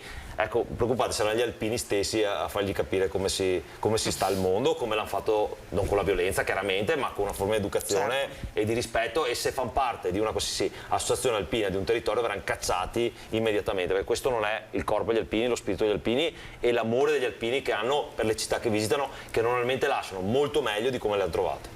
Ecco, tornando a parlare di ambiente, che è il suo settore, ci sono delle novità, c'è qualche cosa da... Sì, diciamo che è una novità legata all'anno scorso, noi siamo arrivati terzi in Europa, tra le prime 5, diciamo, vinceva le prime 2 e noi siamo arrivati terzi per il Green Leaf, quindi abbiamo ripresentato la candidatura, abbiamo altri numeri, stiamo iniziando a studiare che tipo di candidatura faremo. Speriamo che questa volta io e il sindaco dovevamo girare qualche video, non farà così caldo perché era agosto. È una cosa importante, ci teniamo. Ma ci teniamo soprattutto non tanto perché vogliamo vincere, perché questo, guardate, non ce lo toglie nessuno di provare a vincere, ma ci teniamo anche perché alza il nostro livello di richiesta a noi stessi, ai nostri uffici e a tutta la città. Cioè, se noi vogliamo ottenere questo risultato, che è il Green Leaf, è la città con una sostenibilità ambientale più alta, noi dobbiamo alzare la nostra progettualità per continuare ad aumentare, altrimenti ci sediamo un po' in quello che abbiamo fatto. Dato che noi non vogliamo sederci, e penso che se i cittadini un po' ci conoscono, noi non ci fermiamo mai, e vorrei sottolineare una cosa che magari non è stata detta la presentazione, e faccio veramente un abbraccio e un ringraziamento all'assessore Lavinia Colonna Preti per ieri sera per la presentazione del Canova, della mostra. Ecco, quella è la dimostrazione di quanto poco noi ci fermiamo, noi non ci fermiamo mai. E quindi nel Green Leaf ancora una volta andremo a cercare di vincere questo premio. Faremo un grande sforzo all'interno degli uffici per riuscire a dare una candidatura che è una candidatura italiana, poi, perché se arriviamo tra le prime 5-6 e siamo l'unica italiana, rappresentiamo il nostro paese. Abbiamo capito anche dove possiamo migliorare, ed è soprattutto nel fare rete un po' di più con quelle che sono le attività produttive, con quelle che sono per esempio lo scolastico. Abbiamo capito, perché la prima volta che partecipavamo ci sono città che hanno partecipato 6, 7, 8 volte prima di vincere, quindi noi diciamo... E rispetto all'anno scorso, rispetto insomma a quell'edizione, che cos'è che pensate di cambiare per riuscire, insomma... Allora, non posso svelare tutto, Maria, non posso, la trasmissione cela un po' per me. È chiaro che i numeri saranno migliori, perché ad esempio la dispersione idrica sarà migliorata. Tengo per me un po' riservate queste cose, perché chiaramente... Però avete già pensato a che cosa? Sì, ci stiamo pensando, gli uffici stanno ragionando, chi ci fa la comunicazione sta ragionando, stiamo cercando di incrociare. E c'è da dire una cosa, un anno fa parlavamo di progettazione di parchi, adesso parliamo di parchi realizzati, perché San Paolo ormai è finito, Via Selvatico è partita la progettazione e verso ottobre-novembre inizieremo a piantumare, ne abbiamo fatti altri 2 sulla Feltrinea, quindi noi avremo i numeri delle alberature fatte, cioè tutta questa macchina continua ad andare, e quindi noi avremo da quello che era progettazione a quello che è realizzazione, quindi speriamo che... Però è chiaro che è una gara contro gli altri, quindi bisogna capire se altri paesi altre città di altri paesi hanno fatto di più, perché tu puoi essere stato più bravo, ma se gli altri sono stati più bravi di te arrivano prima. Però il sindaco ci tiene, noi ci teniamo, ci lavoriamo, avremo anche tante più piste ciclabili rispetto all'anno scorso, quindi avremo un numero maggiore da mettere sulla nostra proposta, e vedrete che come sempre saremo gli ultimi a essere schienati. Ecco, anche un'ultima domanda, a livello turistico, insomma Treviso sta veramente facendo vedere dei numeri importanti, abbiamo visto nella Pasquetta l'arrivo, e finalmente abbiamo risentito anche parlare straniero, quindi sono tornati turisti stranieri a Treviso. Treviso ha aperto, insomma, tutto quello che poteva aprire proprio per dare un'accoglienza massima ai turisti, insomma un'estate che potrebbe dare dei numeri importanti dopo 2 anni difficili. Certo, allora c'è da dire una cosa, e qua dobbiamo fare qualche passo indietro. Quando noi abbiamo fatto una battaglia vera sull'aeroporto, perché poi ci si dimentica tutti gli insulti, ci siamo presi ai vari comitati per l'aeroporto, per la commissione via, ecco adesso ne vediamo i risultati, e con 2 anni di pandemia in mezzo, perché i turisti arrivano soprattutto in aereo nella nostra città, perché chiaramente non è che possono fare il viaggio dalla Norvegia a venire qua, quindi il fatto che adesso Ryanair abbia l'hub a Treviso, il fatto che, e qui l'assessore ha lavorato tanto, la Lavinia Colonna Preti ha lavorato tanto, perché abbiamo fatto una campagna di comunicazione all'interno di Ryanair, che abbiamo presentato le nuove rotte che hanno messo all'interno per la proposta che abbiamo fatto, ma io lo dico anche un po' da assessore all'ambiente, cercare di tenere la città più pulita possibile, avere un verde dignitoso, quindi dare quell'immagine anche instagrammabile, si dice così, che uno quando arriva la vede da un paese straniero. Infatti ci fanno i complimenti a questo punto di vista, poi noi andiamo a vedere i feedback poi sui siti, sui social, e questo vuol dire rendere Treviso la bomboniera che è, che però si deve anche mostrare al mondo come bomboniera. È avere per esempio questa mostra del Canova, importante. Ecco, appunto ieri diciamo che c'è stata questa... Sì, bellissima, guardate. Io che sono, adesso l'assessore mi prende sempre in giro perché sono culturalmente veramente a bassissimo livello, però chiunque era là si è innamorato. C'è stato un passaggio anche di Vittorio Sgarbi importante, cioè è stato veramente innamorarsi di una cosa fatta praticamente solo con le forze del comune. Vogliamo anche ricordare di che cosa, perché noi lo sappiamo, ma magari i telespettatori... Sì, c'è stata l'apertura della mostra del Canova al Museo Bailo, non entro troppo nei dettagli perché dico a tutti andate a vederla, un capolavoro, e fatta in casa dall'amministrazione pubblica, quindi non affidati a società esterne di comunicazione, è stato fatto tutto in casa, quindi vuol dire una selezione del personale che si è formato molto bene. Noi vediamo le immagini intanto. Cioè, guardate che meraviglia, cioè, io ripeto, io che non ho una grande cultura da questo punto di vista, perché lo ammetto tranquillamente, magari ho altre deleghe o anche altre conoscenze personali, però veramente ti incanta vedere quello che questo artista, bisogna chiamarlo così, ha fatto. Quindi ecco il curatore, che anche lui ha fatto, Certo. Poi è stata bellissima la presentazione, poi sembrava di essere nel mondo tra amici. Ecco, ho avuto quella sensazione là. Anche Pavanello ha fatto dei passaggi bellissimi, scherzando anche. Quindi è stata, e dopo la pandemia, quindi progettata durante la pandemia e realizzata adesso come, diciamo, un kick-off di ripartenza. Certo.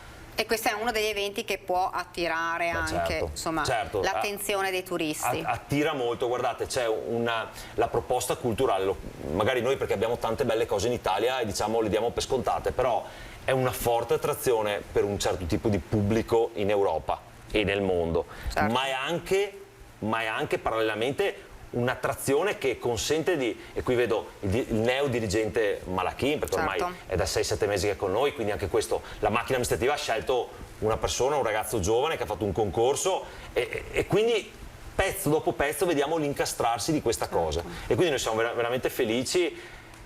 E guardate, ieri sera è stata una grande emozione, veramente una grande emozione, devo veramente ringraziare l'assessore, perché il sindaco, l'assessore e tutti, perché sono stati bravissimi, bravissimi. Allora, intanto io ringrazio davvero Alessandro Manera per essere stato qua con noi, insomma, e per averci anche raccontato queste cose davvero importanti per Treviso. Io parlerei anche della procura, perché ieri l'abbiamo detto, la cronica mancanza dei lavoratori nella giustizia. Intanto saluto Alessandro Manera, perché dopo magari lo lasciamo, quindi lo ringraziamo. Grazie. E speriamo insomma di averlo qua ancora per poter insomma parlare e commentare e parlare della nostra Treviso. Grazie ancora della nostra Treviso, è una frase bellissima. Grazie, ciao, buona giornata a tutti. Dunque, parliamo della cronica mancanza di lavoratori della giustizia. Proclamato lo stato di agitazione del personale amministrativo della Procura di Treviso, scopertura di organico del 40%. A breve potrebbe arrivare anche uno sciopero, se la regia riesce a mandare il servizio. Ci sono una serie di servizi che occorre garantire. È chiaro che si resta indietro, è chiaro che si accumula arretrato, è chiaro che come dire, a farne le spese sono i cittadini. La matematica non è un'opinione e i dati sono chiari. La pianta organica del personale amministrativo della Procura di Treviso dovrebbe contare 42 dipendenti, cifra già datata e insufficiente, ma la realtà è quella di appena 26 lavoratori, una scopertura del 38%. Cifre ormai intollerabili. Per questo, dopo un'assemblea, è stato dichiarato lo stato di agitazione del personale, preludio all'apertura di un tavolo in prefettura al quale i sindacati chiamano tutte le istituzioni. In gioco il funzionamento della giustizia. Ci chiediamo, attacca la CISL, come si possono assistere un procuratore e 12 sostituti procuratori con una insufficienza di organico così drammatica, dovendo peraltro assicurare allo stesso tempo tutti gli altri servizi e uffici, come le spese di giustizia, il dibattimento, le esecuzioni penali, il personale, il casellario giudiziario, gli sportelli per il pubblico. Un problema, peraltro, non recente. L'età media nella pubblica amministrazione, anche negli uffici giudiziari, lo sappiamo, è alta, la gente va in pensione, i pensionamenti sono una costante, le assunzioni che negli ultimi anni sono state fatte sono come gocce nel mare, e tutto questo ha, diciamo, determinato questa situazione. E le risposte fino ad ora sono state irrisorie. La Procura fa delle richieste al Ministero, però non hanno portato a nessuna sorte.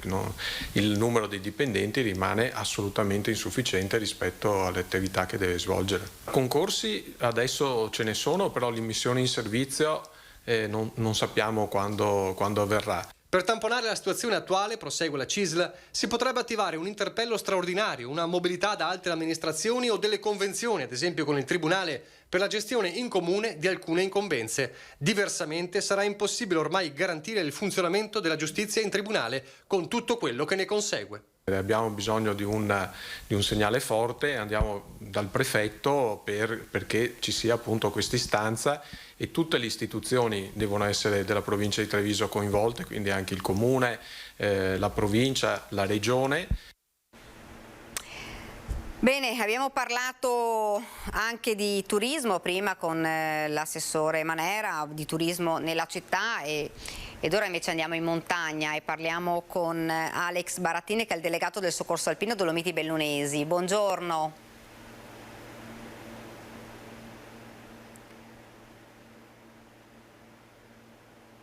Vediamo se mi sente. Buongiorno. Non lo sento io però. Non sento, la vedo ma non la sento. Niente, non riesco a sentirla, vediamo se riusciamo a ripristinare l'audio. Lei mi sente adesso? Sì, io la sento molto bene. Perfetto, perfetto, adesso la sento bene. Dunque abbiamo parlato di turismo nelle città, però insomma l'estate è arrivata e insomma ricomincia la montagna ad essere insomma davvero visitata da tanti turisti, molti gli escursionisti, e però purtroppo abbiamo visto anche nelle ultime settimane anche molti incidenti, fortunatamente non gravi, però incidenti in montagna, e per voi ricomincia davvero il super lavoro. Sì, ci stiamo preparando proprio in questi giorni per la parte estiva, stiamo facendo tutte le prove di movimentazione e di abilitazione alle macchine anche per l'uso dell'elicottero, quindi utilizzare il mezzo aereo quale mezzo di trasporto per portare le squadre in quota e di recupero. Sicuramente l'estate è partita, ma vedete anche alle mie spalle oggi comunque il tempo è in cambiamento continuo tutti i giorni, non è ancora stabile, quindi bisogna fare molta attenzione quando iniziamo a frequentare l'ambiente montano di rientrare nel primo pomeriggio. Oggi adesso è circa l'1:30 e vedete che comunque alle mie spalle ha già fatto il classico cumulo temporale estivo che potrebbe creare dei problemi se ci troviamo in montagna. Ecco, sono aumentati, adesso ricominciano purtroppo anche gli incidenti, perché lo abbiamo detto anche con lei magari nelle scorse edizioni, proprio quello di fare molta attenzione. Gli incidenti ci sono, le persone insomma magari non proprio esperte vanno in montagna e magari rischiano forse un po' troppo a volte. Non è che chi ci viene a trovare naturalmente faccia apposta per trovarsi in stato di difficoltà. Bisogna avere una buona consapevolezza del sentiero che dobbiamo fare, preparare la gita nei minimi dettagli e trovare soprattutto i sentieri alternativi. Una giornata come oggi, se ci troviamo in quota, dobbiamo già aver stabilito qual è il sentiero di rientro. Un'altra cosa importante è avere l'attrezzatura idonea con noi, un ricambio.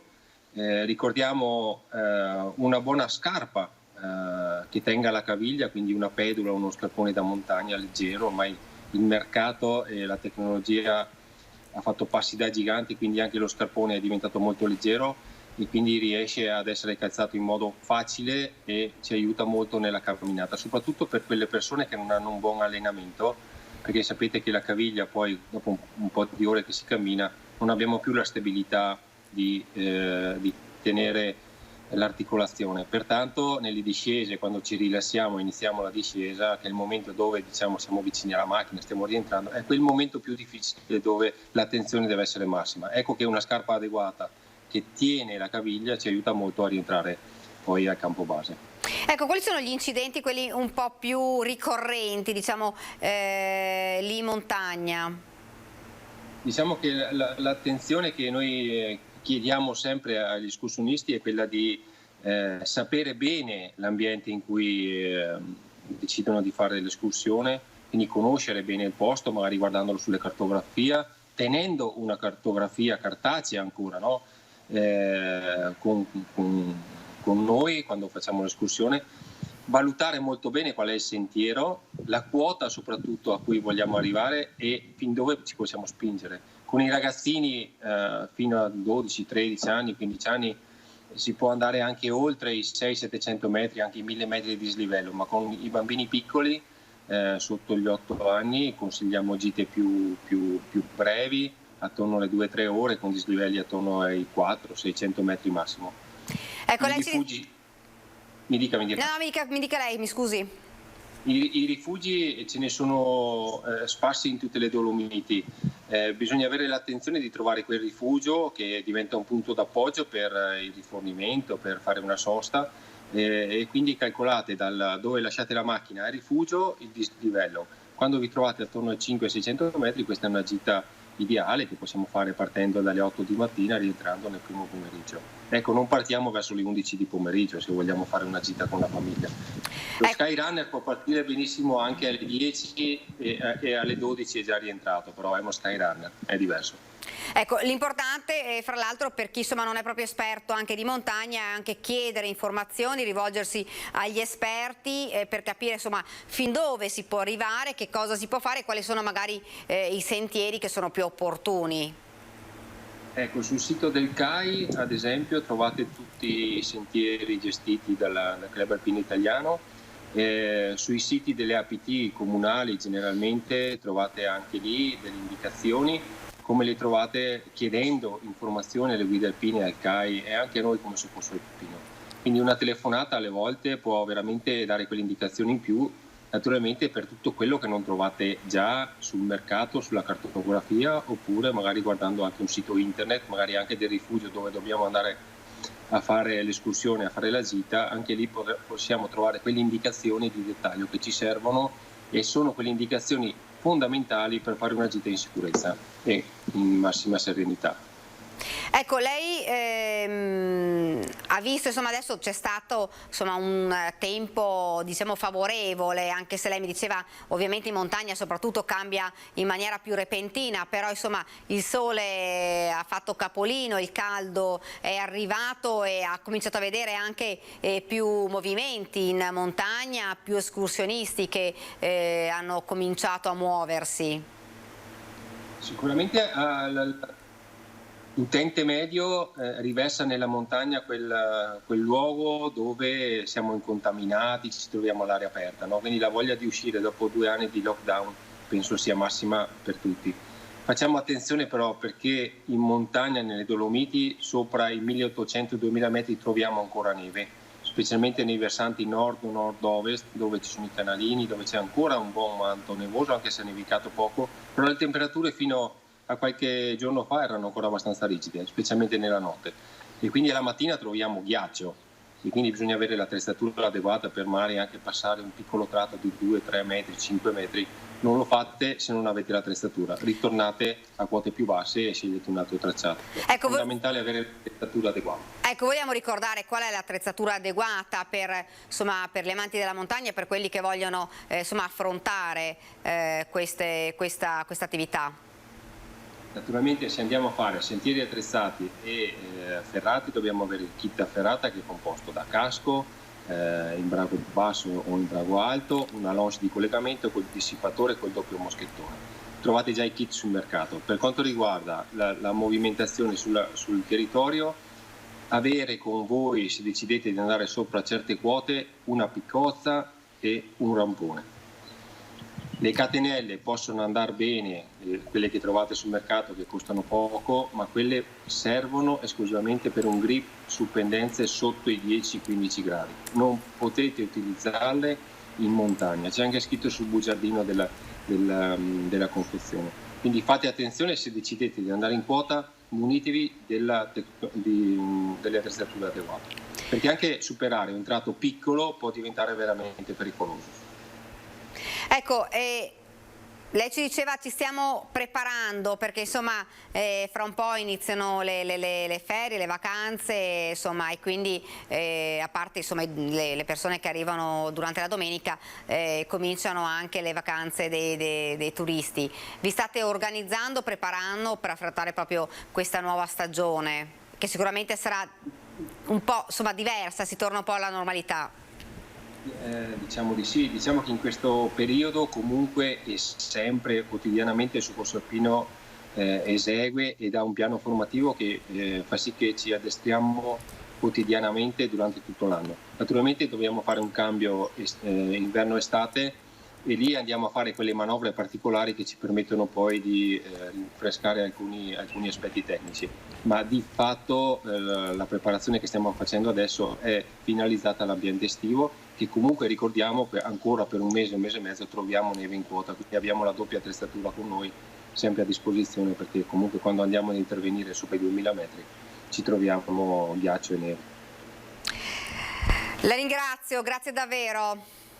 Grazie a voi e grazie, buon lavoro. Saluto a tutti gli ascoltatori. Speriamo pochissimo. È vero, speriamo davvero che sia pochissimo. Grazie davvero. Grazie, buon lavoro comunque. Dunque adesso noi ci fermiamo per qualche istante di pubblicità, poi torniamo di nuovo in studio con altri ospiti e altri servizi.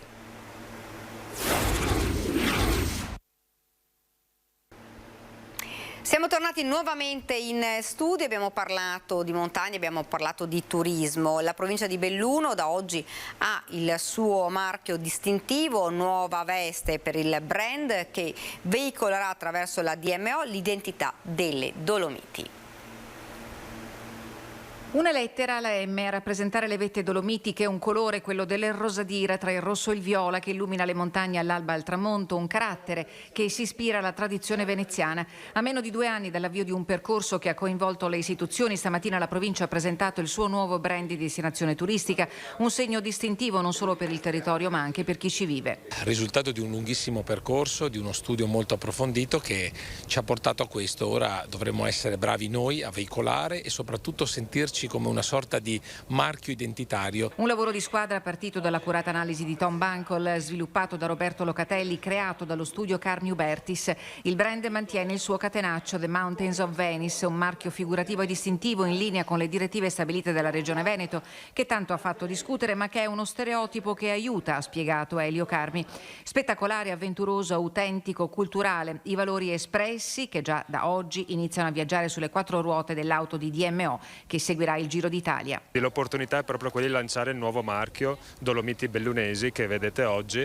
È molto importante per noi lavorare su un'unica destinazione per valorizzare tutto il territorio. Ora si apre la fase burocratica, il marchio che sarà registrato per ora è utilizzabile da DMO, dai consorzi e dagli operatori turistici. Allo studio per i privati un regolamento. Lo faremo molto a breve. È importantissimo per la provincia di Belluno che i prodotti che vengono realizzati sul suo territorio abbiano questo marchio distintivo, come capita in tutte le destinazioni turistiche. Bene, abbiamo parlato di turismo, lo abbiamo fatto con la montagna, ora dalla montagna passiamo al mare e lo facciamo con Mattia Munerotto che è l'assessore proprio al turismo del comune di Caorle. Buongiorno. Buongiorno. Dunque Assessore, intanto oggi è una giornata importante perché c'è un'iniziativa sportiva insomma importante lì nel vostro luogo. Sì, abbiamo nella località Tenere Porto Santa Marita, stiamo aspettando il campionato europeo giovanile di triathlon che vede impegnati più di 800 atleti provenienti da tutta Europa con naturalmente a seguito i dirigenti e i familiari. Per noi lo sport è il veicolo di allungamento della stagionalità proprio per promuovere quello che è il nostro territorio.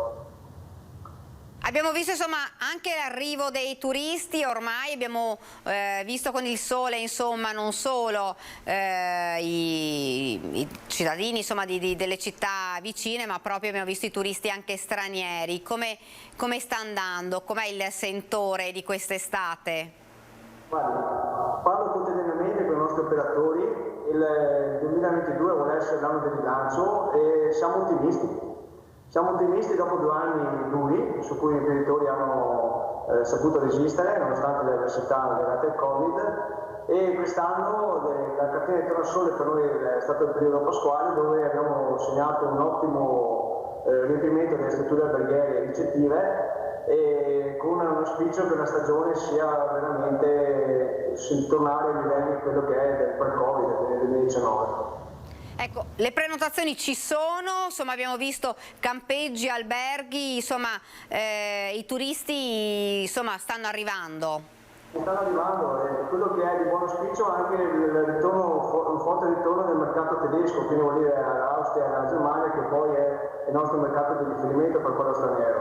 Comunque anche l'italiano si sta muovendo nonostante sappiamo che abbiamo ancora l'incognita legate a quello che sta succedendo in Ucraina che c'è qualche incertezza per quanto riguarda l'aumento delle materie prime e anche quindi la riduzione del potere d'acquisto. Ma noi siamo fiduciosi, Carlo è pronta, siamo qua pronti per aspettare tutti i nostri ospiti nella bellissima località, nelle nostre bellissime calmi che si richiama a Venezia e anche nella nostra laguna, che abbiamo un ambiente particolare che difficilmente si può replicare in altre situazioni.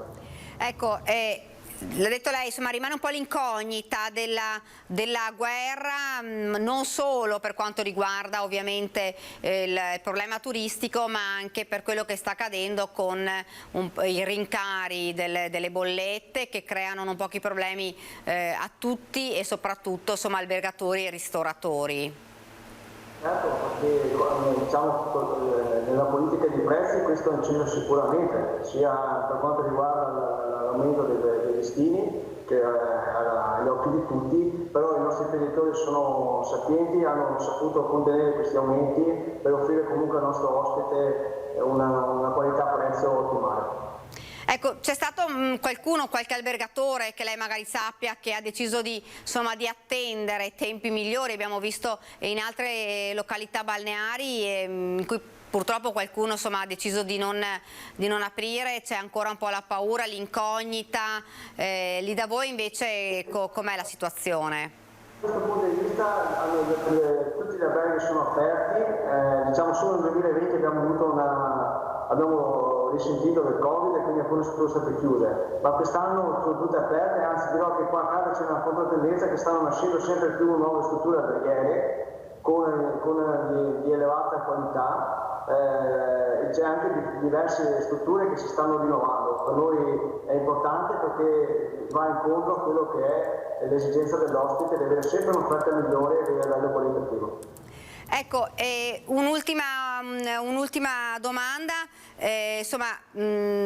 oltre all'iniziativa, questa manifestazione sportiva importante che c'è oggi a Caorle, ci sono altre manifestazioni, altre iniziative nei prossimi giorni? Certo, allora, ogni weekend Caorle sarà oggetto di manifestazioni, intrattenimento sia turistico che sportivo che culturale. Abbiamo un programma ricco che si può facilmente riferire nel nostro sito di riferimento che è www.caorle.eu e là è sempre aggiornato. Abbiamo sia il prossimo weekend per esempio abbiamo un'iniziativa di tipo culturale e sportivo con una bike fest con la scoperta del nostro territorio di bicicletta e abbiamo il campionato regionale di cadetti allievi di atletica leggera. Il weekend quello successivo partirà da 500, una delle più importanti manifestazioni di regata d'altura che è ormai arrivata alla oltre 40ª edizione e che rappresenta per noi un legame con il mare molto importante. La ringrazio Assessore, grazie davvero, grazie per essere stato con noi. Grazie a voi, un saluto. Grazie. Noi andiamo avanti, abbiamo parlato della carenza di organico nel Tribunale, ne abbiamo parlato prima, nel Tribunale di Treviso, ora parliamo della Polizia Provinciale di Vicenza, organico all'osso. Il consigliere Mattia Veronese dice che bisogna riconsiderare le funzioni delle province. Sentiamo. A vigilare a tutela del territorio e della fauna selvatica ci sono ad oggi 20 agenti della Polizia Provinciale Vicentina che entro fine anno scenderanno a 16 per tutti i 114 comuni. Numeri che sono più che dimezzati se paragonati con i 39 operativi del 2014, prima della riforma del Rio.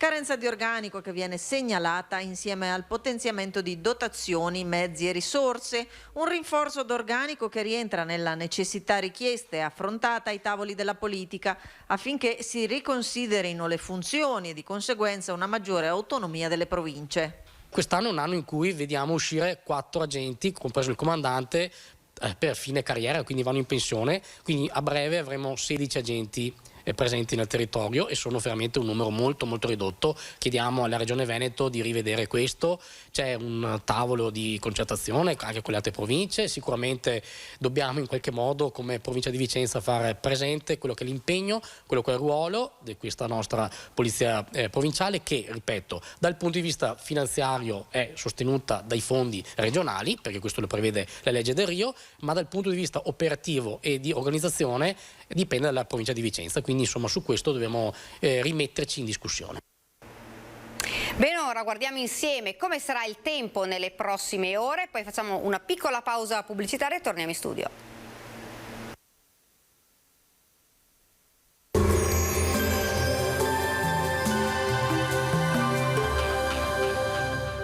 Locanda Canareggio, ristorante con cucina tipica stagionale e pizzeria con forno a legna a Rovarè di San Biagio di Callalta. Bentrovati al meteo. Un lieve cedimento della struttura anticiclonica favorirà l'arrivo di qualche temporale nel corso del weekend. Vediamo il dettaglio di sabato 14 maggio. Sul Veneto avremo un'alternanza di nuvole e rasserenamenti. Al mattino precipitazioni piuttosto diffuse. Di pomeriggio piogge in esaurimento in pianura, ancora qualche acquazzone invece in montagna. Temperature gradevoli, minime tra 14 e 17 gradi, massime comprese invece tra i 23 e i 26 gradi all'incirca. Spostiamoci ora sul Friuli Venezia Giulia, anche in questo caso avremo un ampio soleggiamento, sulla zona montana però probabili rovesci nel corso del pomeriggio. Temperature minime sui 16-18 gradi, massime sui 25-26 gradi. Infine diamo uno sguardo alla situazione del Trentino Alto Adige. Al mattino annuvolamenti con precipitazioni diffuse, come vediamo, ma in esaurimento al pomeriggio. Temperature minime intorno ai 17 gradi, massime sui 26 all'incirca. Dal meteo di Antena 3 per ora è tutto, grazie per l'attenzione, arrivederci.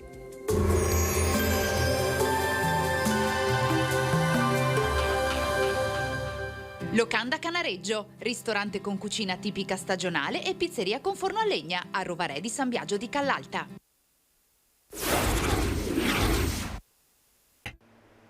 Siamo tornati nuovamente in studio ed ora ci spostiamo nel veneziano. Si chiama gaming, la nuova emergenza sul fronte dipendenze segnalato dall'ULSS 4 Veneto Orientale, una dipendenza patologica dal gioco che colpisce molti minorenni. Il SARD di Portogruaro apre nuovi ambulatori in via Zappetti, a ridosso dell'ospedale, dedicati in particolare agli utenti più giovani che devono effettuare attività psicosociali. Le dipendenze comportamentali o da sostanze sono un fenomeno complesso e delicato che comprende diverse tipologie e soprattutto potenzialmente non risparmia nessuno. L'emergenza più recente è quella del gaming, che coinvolge veramente ragazzini molto giovani e anche tra 14 anni, per i quali insomma sarà bisogno di sviluppare un'attività più integrata con i colleghi infantili. Se fino a ieri i fenomeni di ludopatia apparivano prerogativa degli adulti, l'arrivo e l'espandersi di una tecnologia diffusa e a portata di mano ha dimostrato come la dipendenza da videogiochi possa costituire un serio problema. In parte può essere indotto, nel senso di causato, diciamo, da un uso improprio delle nuove tecnologie. In parte è la forma attuale di espressione di situazioni di sofferenza, di disagio. In questa sede opereranno con vari orari e turnazioni 3 psicologhe, 3 educatori professionali, 2 assistenti sociali e 2 psichiatri. Verranno inoltre svolte terapie di gruppo, attività con gruppi psicoeducativi e riunioni di equipe. Soprattutto con l'utenza giovane che ha magari un po' più di diffidenza nell'avvicinarsi ai servizi territoriali, nello specifico all'area delle dipendenze, il comfort, la logistica, la collocazione degli spazi hanno un ruolo importante. Sul fronte dipendenza, il numero complessivo dei pazienti trattati nel 2021 all'ULSS 4 sono stati 1200. Ed ora andiamo subito a Padova, dove per noi c'è il nostro collega Guido Barbato per parlare innanzitutto di un fatto di cronaca, una persona che è stata trovata morta. Guido, buongiorno. Buongiorno Daniela, tra poco ci occuperemo, come detto, come d'accordo dei dati relativi alle elezioni, ma è di poco fa la notizia che la Questura di Padova ci ha fatto avere, perché stamattina verso le 11 è stato trovato il corpo senza vita di un uomo di 49 anni in via San Marco, quindi in quartiere di Ponte di Brenta, periferia est della città.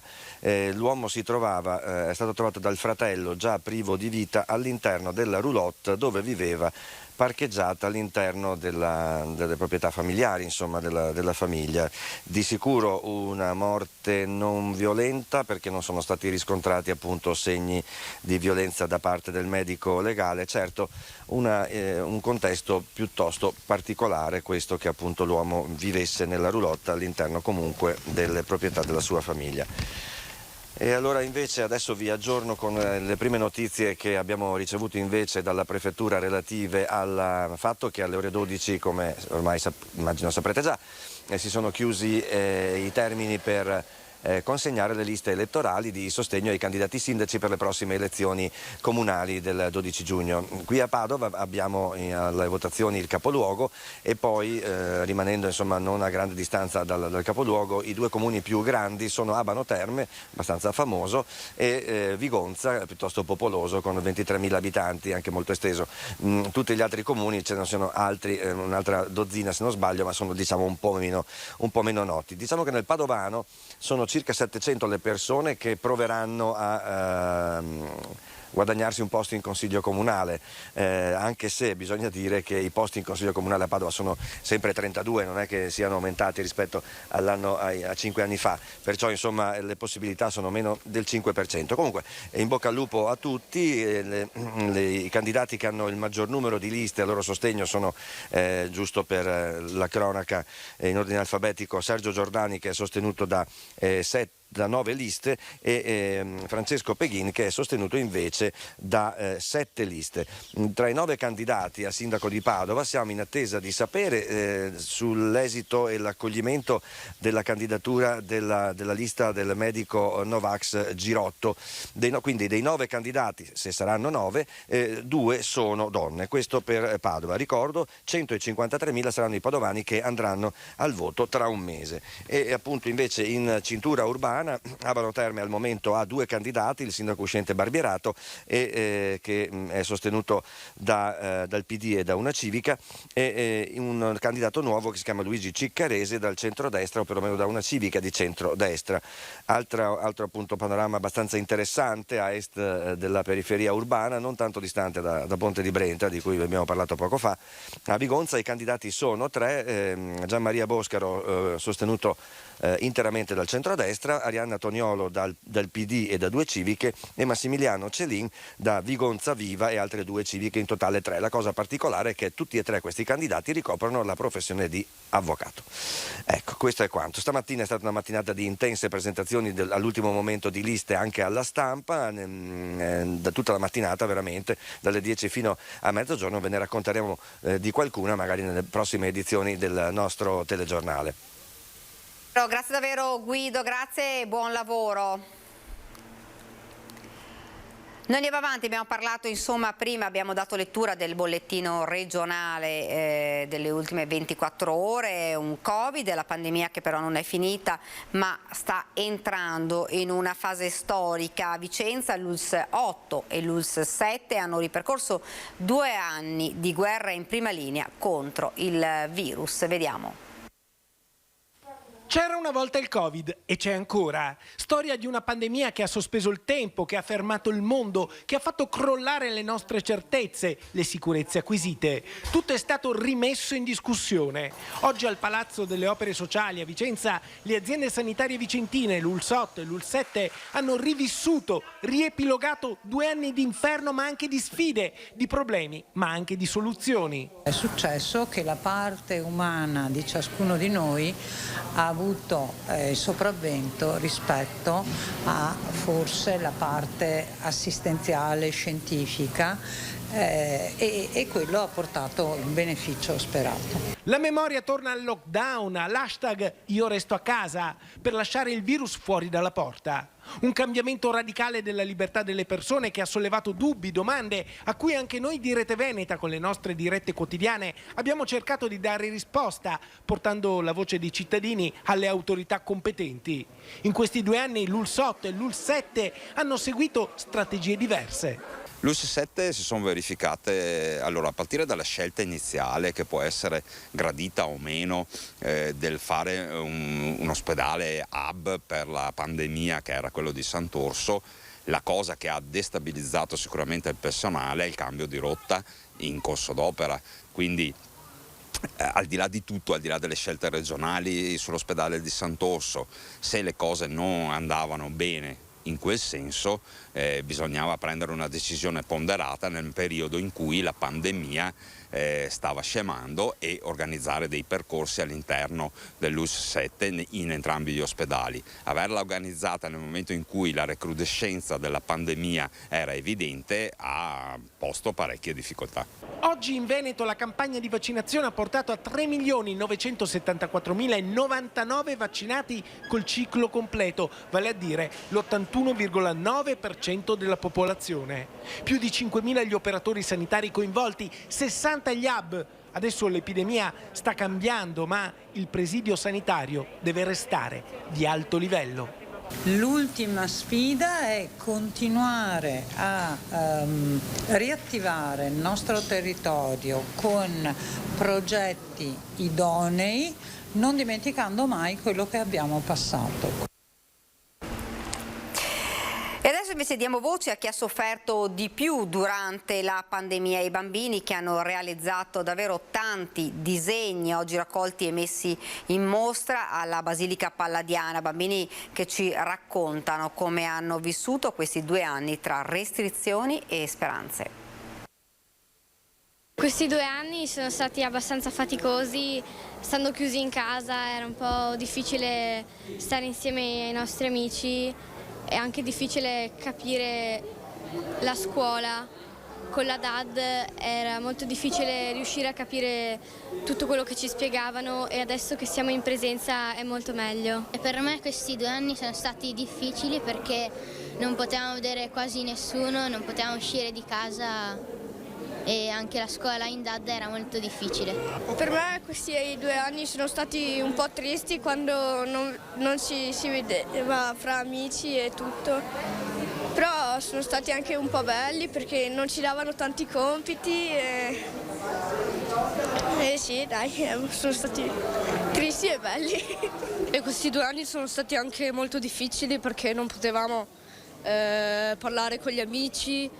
Non c'era, come si dice, non capivi molto bene quando c'era la DAD e quando siamo tornati in classe ci facevano le domande, io non avevo capito molto bene in DAD. Io snobbavo la scuola perché era molto brutta, perché stavamo 5 ore chiusi, però ho capito dopo la DAD che è molto bello. E adesso invece andiamo a Venezia, nel veneziano, abbiamo parlato insomma di turismo e anche insomma nel litorale ci sono delle spiagge aperte, abbiamo visto insomma è partita la stagione, ne parliamo se c'è al telefono con il nostro Lorenzo Maier. Sì, buongiorno Daniele. Buongiorno Lorenzo, insomma è arrivato il caldo, è arrivata l'estate, sono arrivati anche i turisti e insomma è un po' tutto aperto adesso.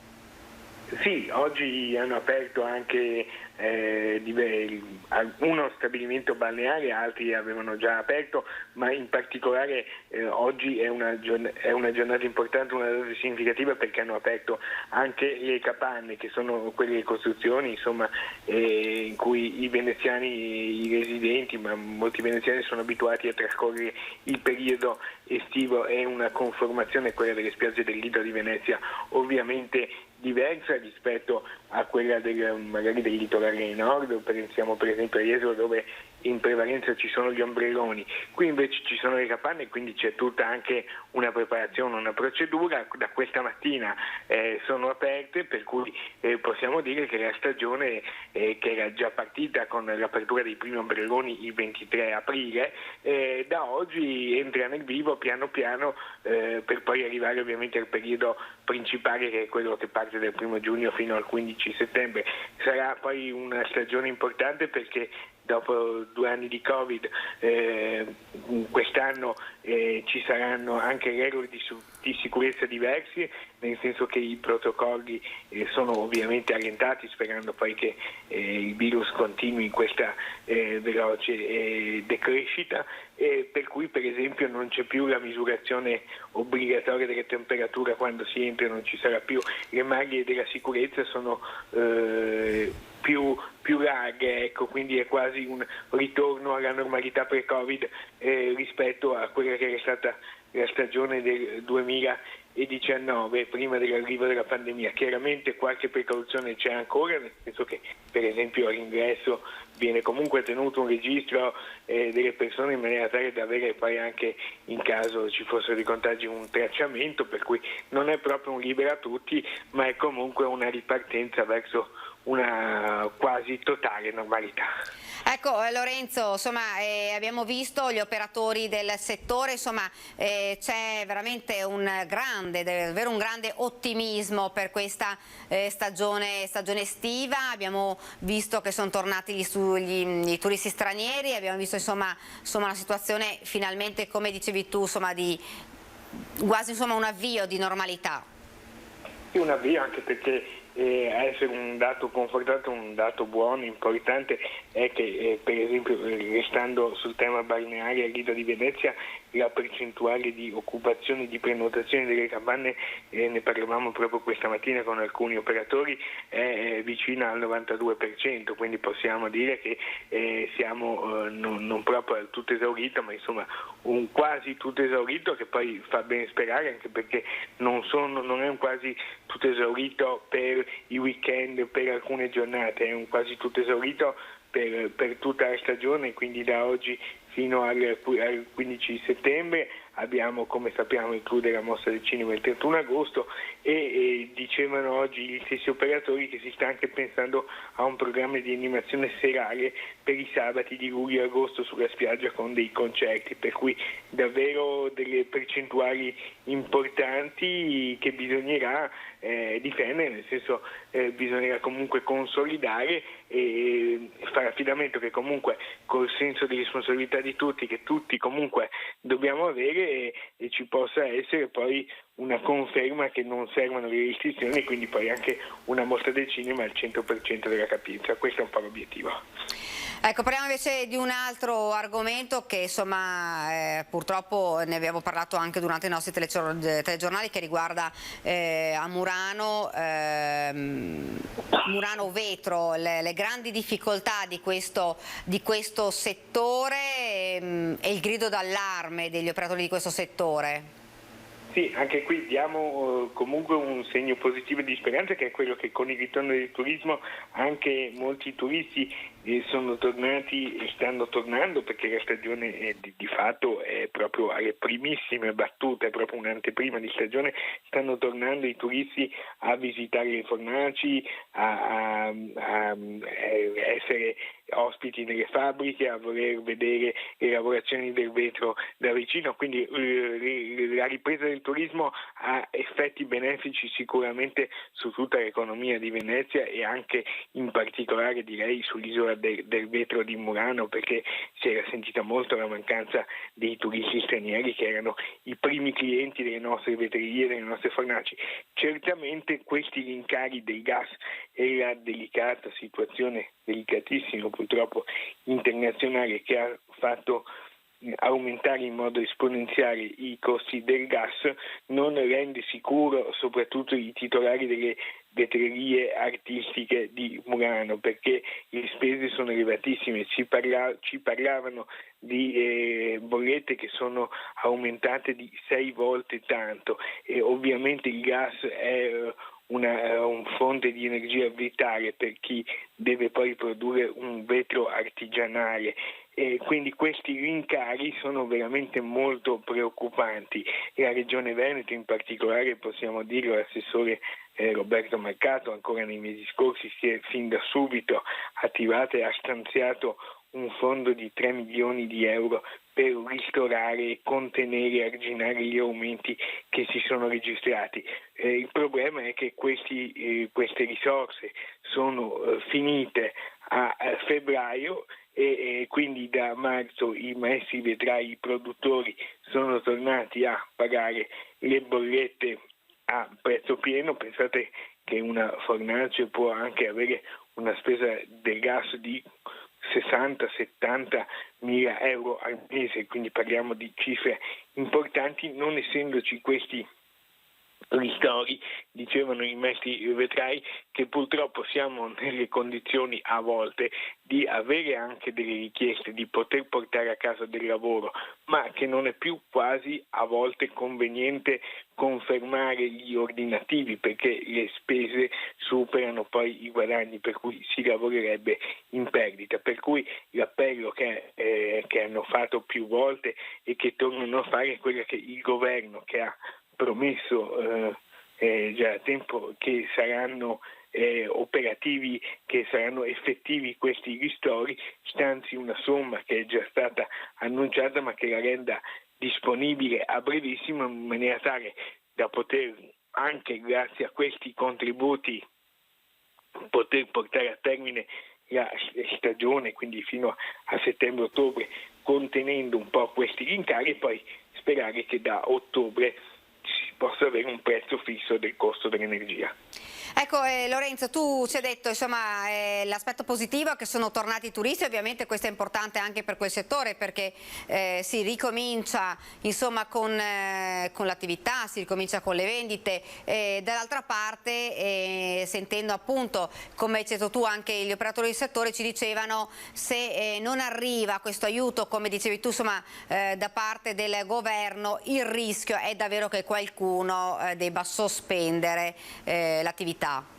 Alcuni hanno già sospeso per un periodo, altri magari hanno optato di poter lavorare non con tutti i forni accesi, ma magari solo con alcuni, in maniera tale da poter contenere anche i costi. Ovviamente lavorando non a pieno regime si possono anche accogliere e soddisfare meno ordinativi, perché il vetro artigianale appunto è fatto sul minuto, in tempo reale, per cui avendo meno forni accesi si può lavorare di meno e quindi soddisfare anche meno richieste. C'è poi anche un progetto pilota che è stato annunciato da Confindustria Venezia, dal presidente Vincenzo Marinese e in particolare dal presidente della sezione vetro Martina Semenzato, che è quello di provare anche ad alimentare i forni ad idrogeno, quindi con una fonte energetica alternativa. È un progetto importante che può avere anche degli sviluppi concreti per quanto riguarda il rispetto ambientale, per quanto riguarda la riduzione di inquinamento, però sono progetti che stanno partendo ora e quindi che hanno bisogno di tempo per capire effettivamente se poi potranno essere perseguiti anche per la produzione, non avere solo un aspetto simbolico, per cui si cercano anche delle alternative. Chiaramente non è facile, chiaramente adesso siamo anche su un terreno in corsa perché la stagione insomma da Pasqua è il periodo in cui le vetrerie tradizionalmente riprendono a lavorare, aspettavano il momento del ritorno dei turisti. Quando i turisti sono arrivati è capitata questa altra problematica molto seria, molto importante, per cui sembra come un po' un percorso ad ostacoli, però insomma importante che sia ripartita la produzione e sicuramente le autorità competenti, anche la regione stessa e chi di dovere farà la sua parte per sostenere una fonte non solo di produzione ma anche di arte che è conosciuta in tutto il mondo, per cui è interesse di tutti salvare il vetro di Murano e certamente questo appello verrà accolto. Ecco, fra l'altro Lorenzo, mentre tu stavi parlando noi stavamo vedendo delle immagini bellissime delle vetrerie di Murano, del lavoro di quelli che sono davvero dei maestri e di prodotti davvero bellissimi. Lorenzo, un'ultima domanda, l'hai detto tu, sono tornati i turisti, una Venezia davvero presa d'assalto?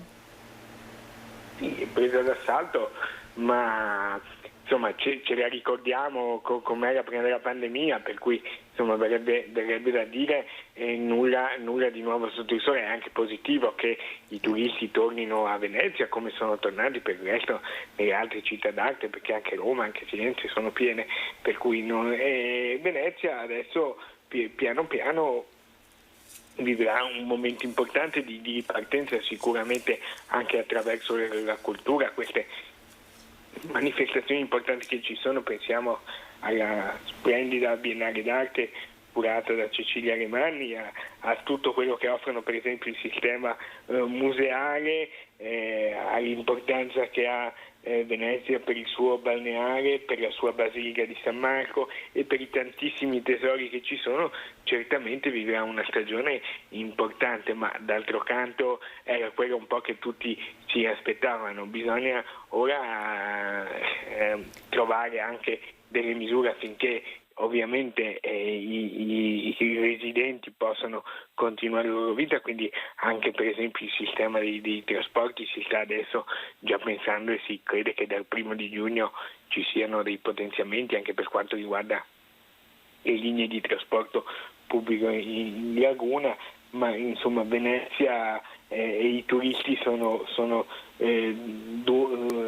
due facce della stessa medaglia.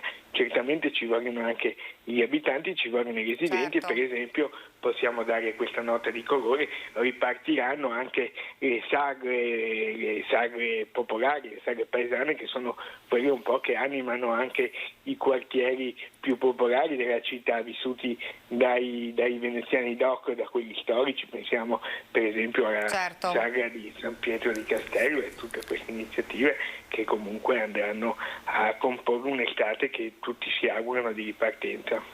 Grazie davvero a Lorenzo, grazie, buon lavoro. A voi.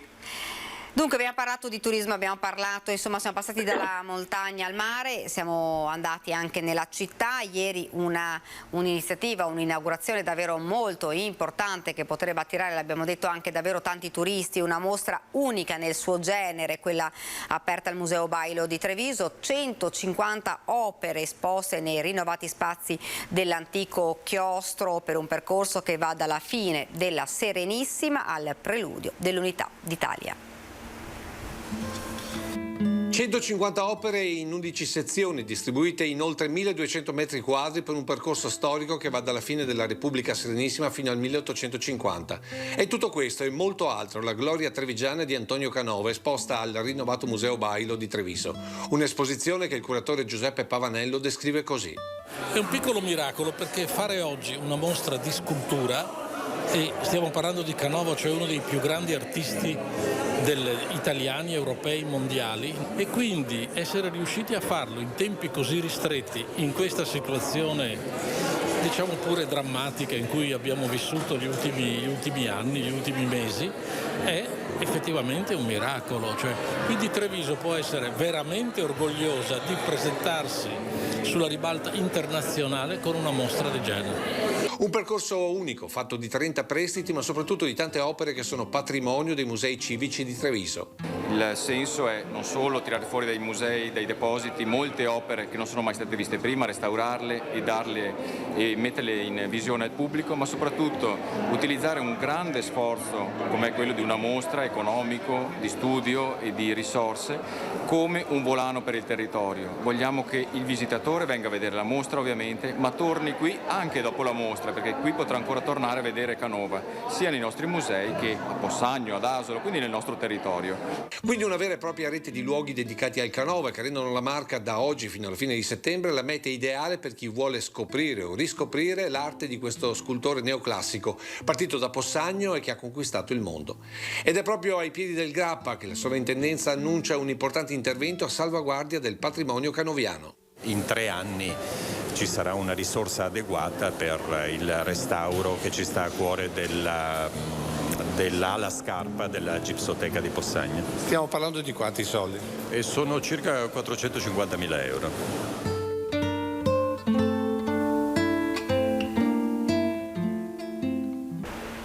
Ed ora andiamo a Padova. Padova, dove l'imprenditore trevigiano Alessandro Benetton ha dialogato con i giovani dell'Università di Padova, un confronto con gli studenti che troppo spesso non vengono considerati dalla politica e dall'economia.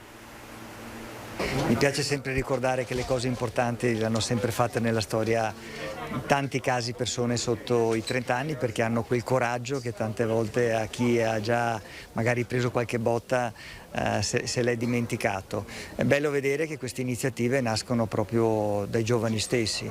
Io ho molta fiducia e ritengo che queste nuove tecnologie offriranno a loro tante belle opportunità. Sta anche a noi, un po' più avanti con gli anni, far sì che loro abbiano un percorso facilitato. Un'aula gremita di studenti dell'Università di Padova ha accolto Alessandro Benetton per un incontro per parlare di giovani ed impresa, approfittando del libro in cui l'imprenditore trevigiano si racconta. Un'occasione per parlare proprio ai più giovani, quelli che hanno sempre meno voce e sempre più idee. Sembra che tante volte gli adulti si dimentichino come si sono sentiti loro quando erano giovani. È un incoraggiamento che va dato ai giovani perché si facciano sentire di più, e un incoraggiamento invece per chi sta nei posti dove c'è la possibilità di dare più spazio a qualche idea che tante volte può essere quella che fa veramente la differenza. Un libro nato dagli stimoli che i nuovi media danno, dal confronto che ne è nato un'occasione per raccontare successi e anche i fallimenti. Ho ragionato sul fatto che tante volte, per quanto appunto la mia posizione fosse particolare, privilegiata sicuramente in tanti passaggi, però aveva anche delle similitudini su come si sentivano questi giovani. E per cui insomma a quel punto un vecchio album di ricordi e di emozioni messo assieme con tanti anni di lavoro, di esperienza e di partecipazioni di 21 Invest, di avventure, di cose che sono andate bene, di cose che sono andate meno bene, poteva diventare qualcosa di utile anche per questi ragazzi. Ed ora rimaniamo all'Università di Padova, ad una settimana dai festeggiamenti per gli 800 anni dell'Università Patavina, che porterà in città anche il Presidente della Repubblica, Sergio Mattarella. L'Ateneo apre ai cittadini i suoi luoghi del sapere con il Grand Tour delle Scienze. 8 secoli di storia in 8 luoghi da visitare, un Grand Tour delle scienze tra arte e natura per celebrare gli 800 anni dell'Università di Padova. L'Ateneo, per questa ricorrenza speciale, apre le porte alla cittadinanza e ai turisti dei suoi luoghi più prestigiosi, tutti i sabati e le domeniche, e le festività con un biglietto unico sfruttabile per un anno e un sistema di aperture coordinate. Sono pensate come delle aperture veramente straordinarie tutti i sabati e le domeniche, dal 21 di maggio fino a marzo del 2023, con un biglietto unico sarà possibile visitare appunto non solo Palazzo Bo e l'orto botanico più antico del mondo, ma anche appunto Liviano, la Sala dei Giganti, il Museo Archeologico ed Arte che è stato progettato da Gio Ponti, il Museo di Storia della Fisica, il Museo di Geografia che è il primo e unico in Italia, e il Museo Macchine di Enrico Bernardi che conserva la prima macchina a motore italiana. Quindi veramente un'opportunità per tutti i cittadini di tornare anche in date successive a visitare questi luoghi della scienza prestigiosi a Padova. Il percorso incredibile del Grand Tour include anche il giardino storico di Villa Parco Bolasco a Castelfranco. Il ticket costa 20 euro, 35 per il biglietto famiglia. Un'occasione unica per vedere luoghi come il Teatro Anatomico, dove nacque la scienza moderna, e vedere anche un cimelio unico recuperato dagli archivi dell'Università di Padova, un video delle celebrazioni dei 700 anni del Bo nel maggio del 1922, con la visita del re Vittorio Emanuele III e la sfilata dei rettori delle università italiane, proprio come quella prevista per il prossimo 19 maggio. Siamo arrivati al termine di questa nostra edizione. Io ringrazio i registi che ci hanno seguito, Francesco Ceron, Marco Gagliazzo e Alessandro Granziera, e grazie a voi per averci seguito. Grazie e arrivederci.